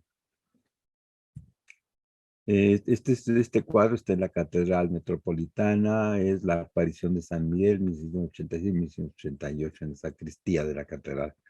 Es posible que Nájera tuviera participación en la Escuela de San José y familiaridad con los alumnos de la clase de pintura. Otros casos son los conventos de Guaquechula, donde existe una reproducción de la Virgen Inmaculada, y el convento de Huejotzingo, en donde además de retratar otra Virgen debajo de una representación de Santo Tomás, el creador al cuadro dibujó una corona ducal, con lo que se confirma su conocimiento no solo de la heráldica del santo, sino de su noble ascendencia. En este último recinto existe también un mural cuyos detalles han llevado al historiador Vallejo a ubicar la presencia del pintor indio con Juan de Nájera o Nájera, el autor europeo de la primera pintura conocida hecha en el Nuevo Mundo. Principiar un estudio referente a cualquier tema desde este punto de vista, desprestigiado sistemáticamente por provenir de un sector que desde la educación laica y religiosa nos habían hecho despreciar culturalmente, como es la visión indígena acerca del conocimiento, pero desde su propia percepción, que desafortunadamente no es la que se acepta en el sector histórico y antropológico respecto a ese mundo. Realizarlo es un tanto difícil, pues las conclusiones a las que han llegado oficialmente distan mucho de ser reflejo de la forma de ser y de pensar de nuestra gente. Por lo tanto, las crónicas del siglo XVI, en casos como este, pasan a otros planos de importancia, pues han intentado deducir lo que llaman la cosmovisión de los núcleos prehispánicos, convirtiéndolos en una maraña de mitos que se alejan de una sencilla lógica, siempre a conveniencia extraña, a través de los ojos y oídos de informantes de los más reconocidos y afamados cronistas de Indias. Los informantes, este dibujo me lo pasó Isabel, precisamente de los de Alberto Beltrán. Los informantes eran sujetos educados desde niños en los conventos y monasterios que ya comenzaban a brotar como plaga de hongos sobre la grama de un suelo que había sido regado con la sangre de miles de los naturales. Estos jóvenes habían crecido evangelizados, por lo que no consideramos posible que hayan tenido contacto directo con la visión que le fueron dictando a los amanuenses, los escribanos de las órdenes religiosas, inventando situaciones para estar en gracia de sus protectores y poder al fin tener una mejor vida tanto para ellos como para el resto de sus familiares. El tema que vamos a tratar es muy especial y muy contradictorio. Tenemos aquí a varios personajes, a Izcabalceta, el obispo Montúfar y Francisco de Bustamante. Después de muchos años de haber conocido una copiosa cantidad de opiniones emitidas en 5 siglos en pro y en contra de este tema, vemos que no se cede en el caso de una parte muy considerable de los implicados, porque nunca se va a poder reconocer la razón, porque a muchos intereses no les debe convenir, puesto que los adagios populares dicen que es más incómodo aprender y estudiar para saber, siendo más fácil y cómodo solamente creer. Se han expuesto las aclaraciones lógicas por medio de razonamientos plenamente objetivos, argumentando opiniones con bases históricas muy sólidas que podrían servir para que miles de personas en todo el mundo se formaran criterios equilibrados respecto a este espinoso caso. Antes de abordar plenamente este trabajo, quiero disculparme de antemano aclarando que la exposición de este tema es puramente teórica porque voy a exponer un panorama que he ido conformando en base a las experiencias vividas en muchos años de trato y amistad con personas que yo les llamo con todo respeto de conocimiento, años que tienen relación con varias etapas importantes de mi vida. Mi acercamiento a esta forma de filosofía natural, porque es de la naturaleza, se me fue dando casi sin sentir y cambió por completo mis perspectivas de entender mi entorno y mi forma de vivir, porque realmente es un mundo diferente que se nos está yendo sin haberlo sabido apreciar. Reitero que lo que en el desarrollo del tema les expongo es una idea mía, porque sé de antemano que muchos fuertes intereses se van a incomodar, pues sin proponérmelo, me coloco en medio de dos formas de opinar, en las que de un lado se exponen razones lógicas, enfrentadas a quienes necesitan tener apoyos que refuercen sus necesidades de amparo y protección mágica y divina. En este tema, como expondremos, demasiadas aclaraciones de gran peso frente a lo milagroso y supuestamente divino. Al final quedo exactamente en el mismo sitio donde comencé, en medio de las dos corrientes habituales. Les puse un dibujo lleno de fórmulas matemáticas de don Carlos de Sigüenza y Góngora, un hombre muy ilustre de la de España, y por el otro lado de Fray Alonso de Montúfar, que a pesar de su renombre, es el que ocasionó toda una maraña que todavía sufre nuestro pueblo. El riesgo afecta a los intereses que les dan solidez a las creencias de aspectos mágicos, que se han acomodado en forma muy efectiva dentro de mentalidades sencillas que desafortunadamente en el mundo sufren toda clase de pobreza extrema, desventuras y vejaciones de parte de los que controlan el poder en perjuicio de los más vulnerables. Seres sencillos necesitados de constante apoyo material y psicológico. Este soporte, por la creencia sustentada en la necesidad de ayuda, anhela en un algo en la vida que sirva en cada rezo contrarrestar el poder que ostentan los intereses de unos cuantos. El apoyo esperado, están esperando, miren, el apoyo esperado de lo divino es mentalmente reforzado, aunque emane de entidades imaginarias. Y en millones de mentes sigue creciendo y nutriéndose de las apremiantes y desesperadas necesidades colectivas. Estas figuras milagrosas extienden su influencia y al crecer en forma desmesurada, se esparcen en más proyecciones hasta convertirse en bloques nutridos de fanatismos como baluartes poderosos e intangibles, por lo que es más difícil desterrarlas y porque además cada mente va modelando y fortaleciendo a sus mágicas entidades personales.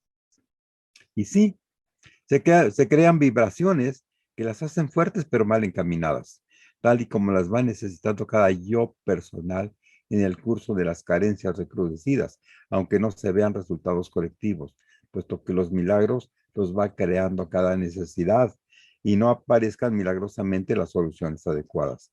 Como ejemplo están los cientos de fosas que han dejado un constante olor a la muerte en todo nuestro territorio y ningún rezo emitido desde diferentes niveles, desde un sacerdote pueblerino hasta la supuesta y poderosa intervención de un santo padre, han logrado contener.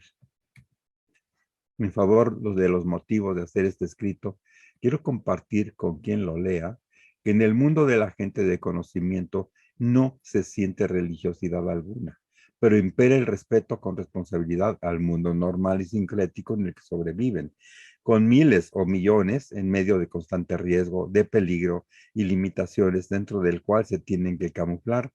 Estos son algunos de mis razonamientos que le dan causa y dirección a las ideas que se fueron acumulando.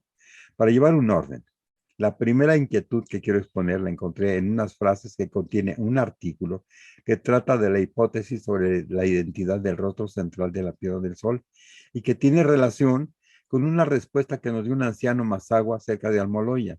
Las menciones están relacionadas con la dualidad que está implícita en todo lo existente, desde el punto de vista de ese pensamiento indígena que a todas luces está menos contaminado. El artículo al que me refiero se llama La cara central de la Piedra del Sol, una hipótesis, de Carlos Navarrete y Doris Hayden, publicado en Estudios de Cultura Náhuatl número 11.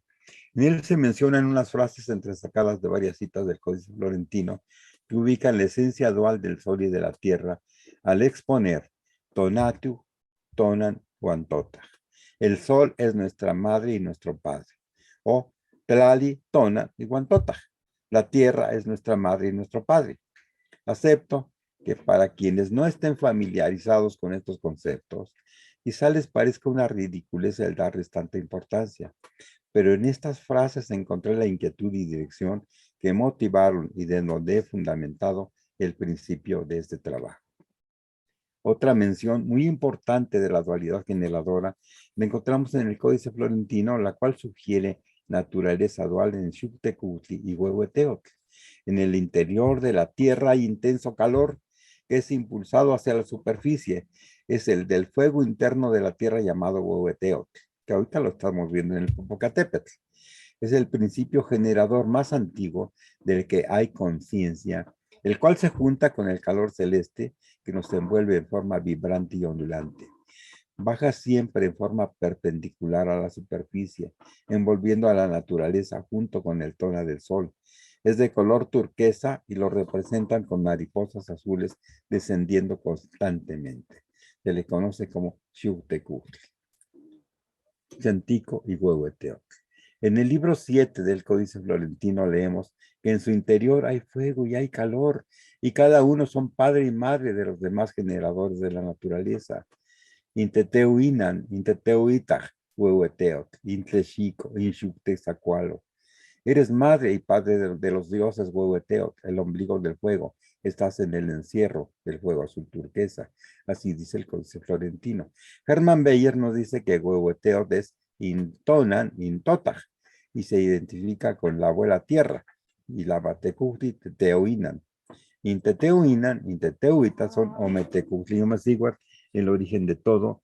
Ellos dirigen los dardos de calor hacia la tierra, convertidos en Tonacatecutli y Tonacasiguatl.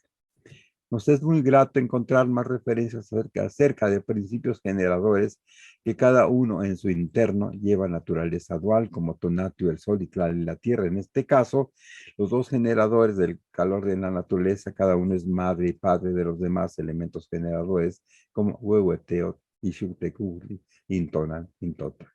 El doctor Miguel León Portilla, en Filosofía Náhuatl, también alude a la dualidad de cada uno de estos generadores. Frases que nos hacen reflexionar porque actualmente se ha adoptado una personalidad masculina para el sol como padre y una personalidad femenina para la tierra. Tan es así que por la necesidad de tener una madre, llamamos a la tierra nuestra madrecita, desde Tonantzin a la Pachamama, que para el pensamiento más ancestral y original de estas tierras es al mismo tiempo madre y padre. Lo otro, quizás es la influencia heredada de la conexión que hubo desde el siglo XVI con las filosofías de lo que llamamos el lejano oriente, vía la Nao de China, que realmente venía de las estaciones comerciales ubicadas en las Filipinas, por lo que es más conveniente llamarle el Galeón de Manila, teniendo como fin de ruta comercial el antiguo puerto de Acapulco. Los indios chinos en la costa de Guerrero se llama este cuadro, obra de José Honorato Lozano. Es el exterior de una gallera filipina, una acuarela. Desde el puerto de Acapulco se conectaban las rutas comerciales enlazando las principales poblaciones de la Nueva España, además sembrando de mano de obra y de filosofía oriental las costas del Pacífico, desde las Californias hasta las costas del Perú. Es precisamente en el lejano oriente, concretamente en China, en donde florece el concepto de madre para la tierra. Actualmente en Escandinavia y en formas dialectales del japonés, el sol tiene una personalidad femenina de gran respeto, siendo llamado la madre sol. La anécdota de un anciano Mazahua en Almoloya nos refuerza que el sentido de la dualidad, que desde el principio del tiempo no se ha diluido completamente, como era el deseo desde que lo minimizaron sin comprender los primeros evangelizadores. Fue en 1978 la primera vez que nos encontramos en el campo con esta visión de la dualidad tan natural. Platicábamos cerca de Almoloya, en el Estado de México, con un viejecito que se encontraba sentado en una piedra a la orilla de un sembrado. Tenía en sus ojos un brillo de orgullo muy especial. Deduciendo que fuera Mazahua, le hicimos una pregunta sin mala intención. Queríamos conocer un poco de su lengua y de su forma de agradecer al tener un sembrado tan pleno de verdor y de vida. Por eso fue que dentro de la charla le pedimos nos dijera cómo se decía Dios en lengua mazahua, a lo que él respondió rápidamente, pues Dios. Pues Dios. Insistimos en la pregunta, no, señor, en mazahua, contestó después de unos momentos. No tenemos el nombre en nuestra lengua. Entonces díganos cómo le llaman ustedes a quien hizo todo lo que hay en el mundo. Sus ojos brillaron al responder lentamente. No tenemos por qué ponerle nombre. Todo lo que ven sus ojos, las piedras, la hierba, las nubes, los animales, la gente, los cerros, el cielo, los ríos, los árboles, todo lo que nos rodea es y está formado de partes hombre y partes mujer. La respuesta del anciano todavía repercute en nuestra mente. Es cierto, desde lo profundo de la filosofía indígena del campo mexicano, el sentido de la vida se fundamenta en la dualidad.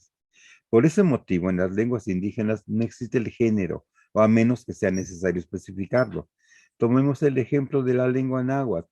Todas las palabras son en masculino y femenino al mismo tiempo, excepto cuando se debe especificar el género en la filosofía de nuestros ancestros. Desde el Omeyocan, con Ometeo, el contenido en diversas dualidades, en Omecigual, Ometecutli, en las esencias duales de Ilhuicacigual, Ilhuicateot, Oxomocus y Paltonal, Tonacacigual, Tonacatecutli, Chalchutlico, Chalchutlactonac, Tlaltecutli, Tlalcigual, Mictlancigual, Mictlantecutli, etc. Hay dos elementos del mundo indígena en la incipiente Nueva España del siglo XVI que simplemente no tomar en cuenta en el proceso de la dominación mental e ideológica de los nuevos súbditos, y son la educación y la memoria.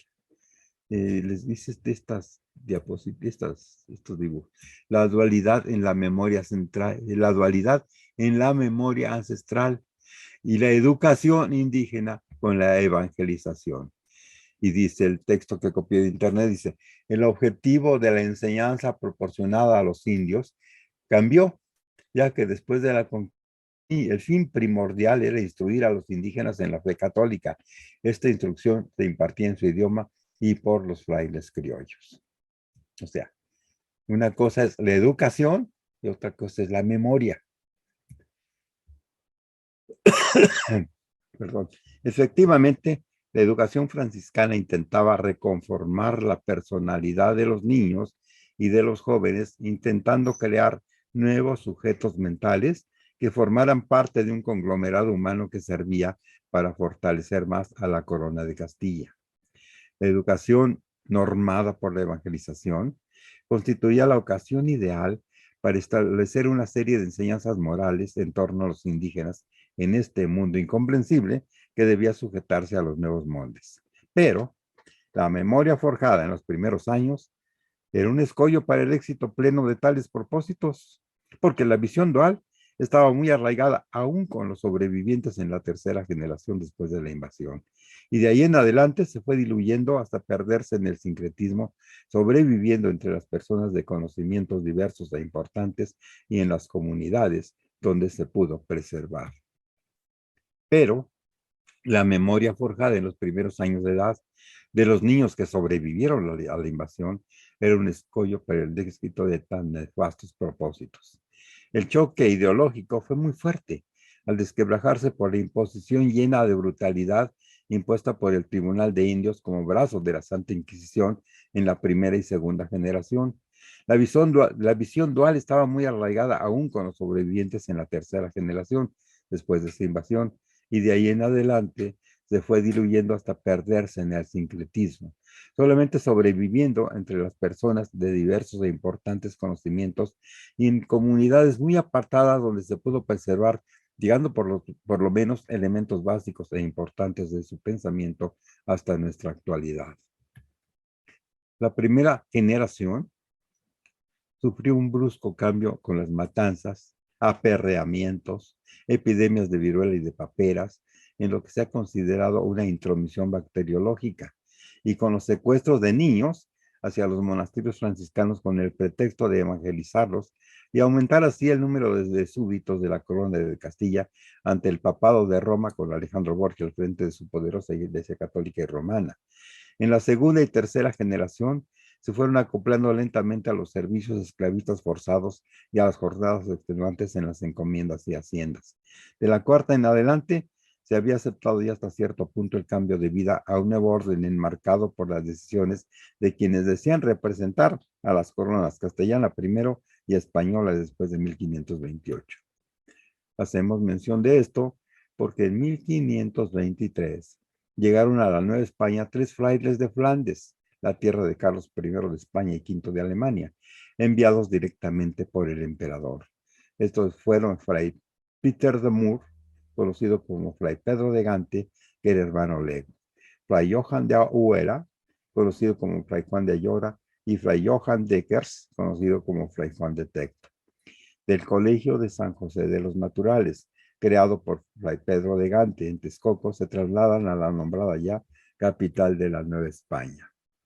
Aquí vemos este dibujo en donde aparece lo que era la escuela de San José de los Naturales. Fray Pedro de Gante, Petrus de Gante, dice aquí. Fray Pedro de Gante enseña artes manuales en la escuela de San José de los Naturales, detalle del grabado de Diego Valdés. Ya ubicados en 1524 en la Ciudad de México, los misioneros franciscanos se dieron a la tarea de continuar su labor, comenzando a edificar el convento de San Francisco y de montar la primera de las escuelas de la Nueva España, que con el antecedente de la Texcocana son reconocidas como las primeras escuelas con fines evangelizadores y de oficios prácticos en territorio firme de todo el continente, como San José de Belén de los Naturales. Desafortunadamente, Fray Pedro de Gante quedó privado de sus 2 compañeros flamencos al morir Fray Juan de Tecto y Fray Juan de Aura, que acompañaron a Hernán Cortés en la desventurada expedición a las Cebueras, hoy Honduras, en 1525, en situaciones no muy claras en las diferentes versiones históricas que existen.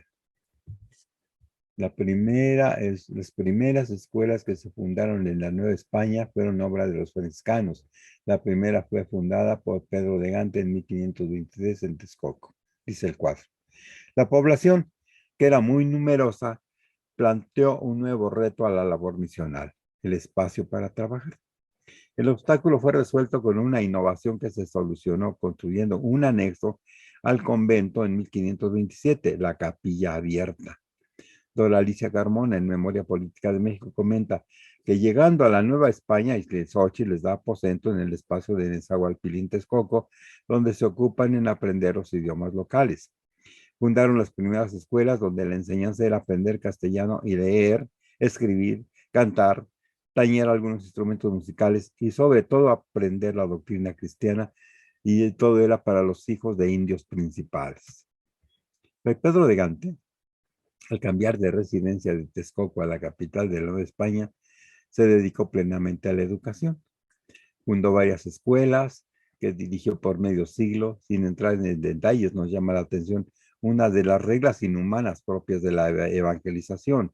A los pequeños no se les permitirá comunicarse con sus familiares para que no se contaminen de los errores de la idolatría.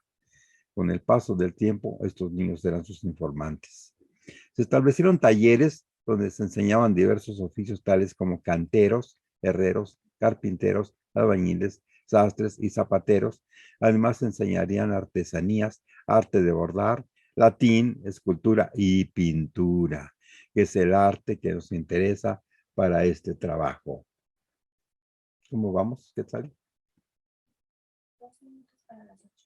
2 minutos. Oh, bueno. El convento de San Francisco se construyó sobre lo que había sido el zoológico de Moctezuma en Tenochtitlan. Es donde está ahora la latinoamericana. Este era quedó el convento, pero el colegio, la parte de San José de los Naturales, pues la ocupa actualmente el edificio de la Torre Latinoamericana. Este era un espacio que se utilizaba para reunir animales, el zoológico, de todo tipo procedentes de lugares lejanos. Lo voy a repetir. El convento de San Francisco se construyó sobre lo que había sido el zoológico de Moctezuma en Tenochtitlan.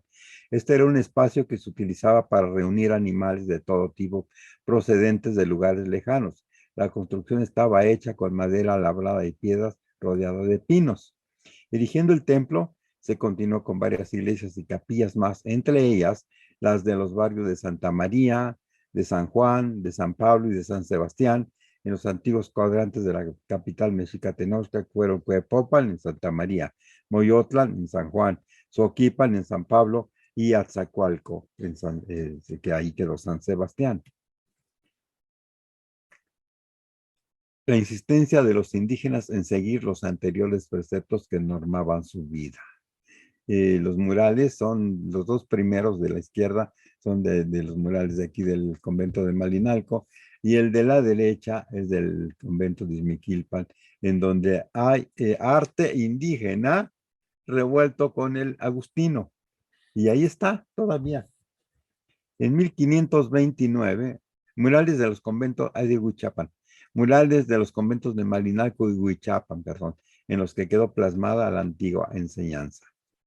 En 1529, Fray Pedro de Gante asentará haber hecho construir más de 100 iglesias y bautizado a más de 200,000 naturales. ¿Cuántos de ellos entendieron por qué lo estaba bautizando?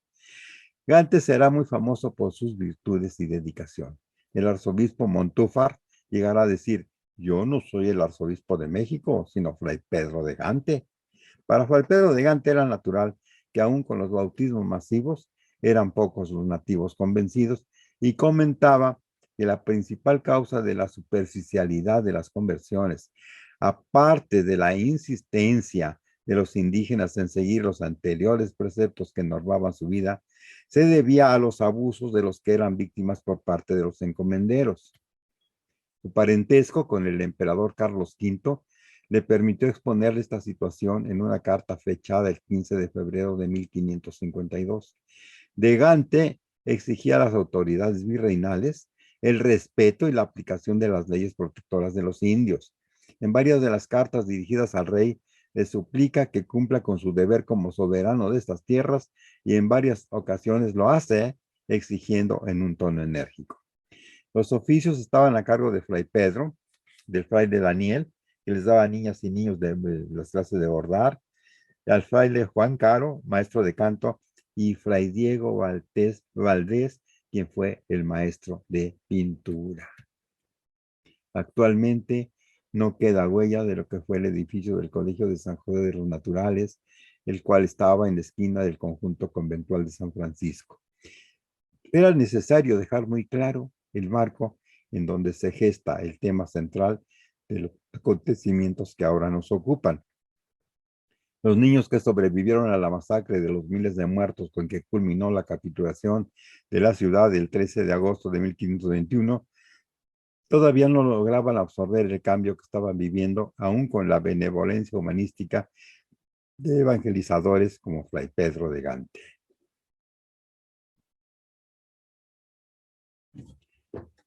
¿Cómo ven el tema? Interesantísimo. Y peligrosísimo, ¿no? Bueno, Betsa, Lolita Venegas.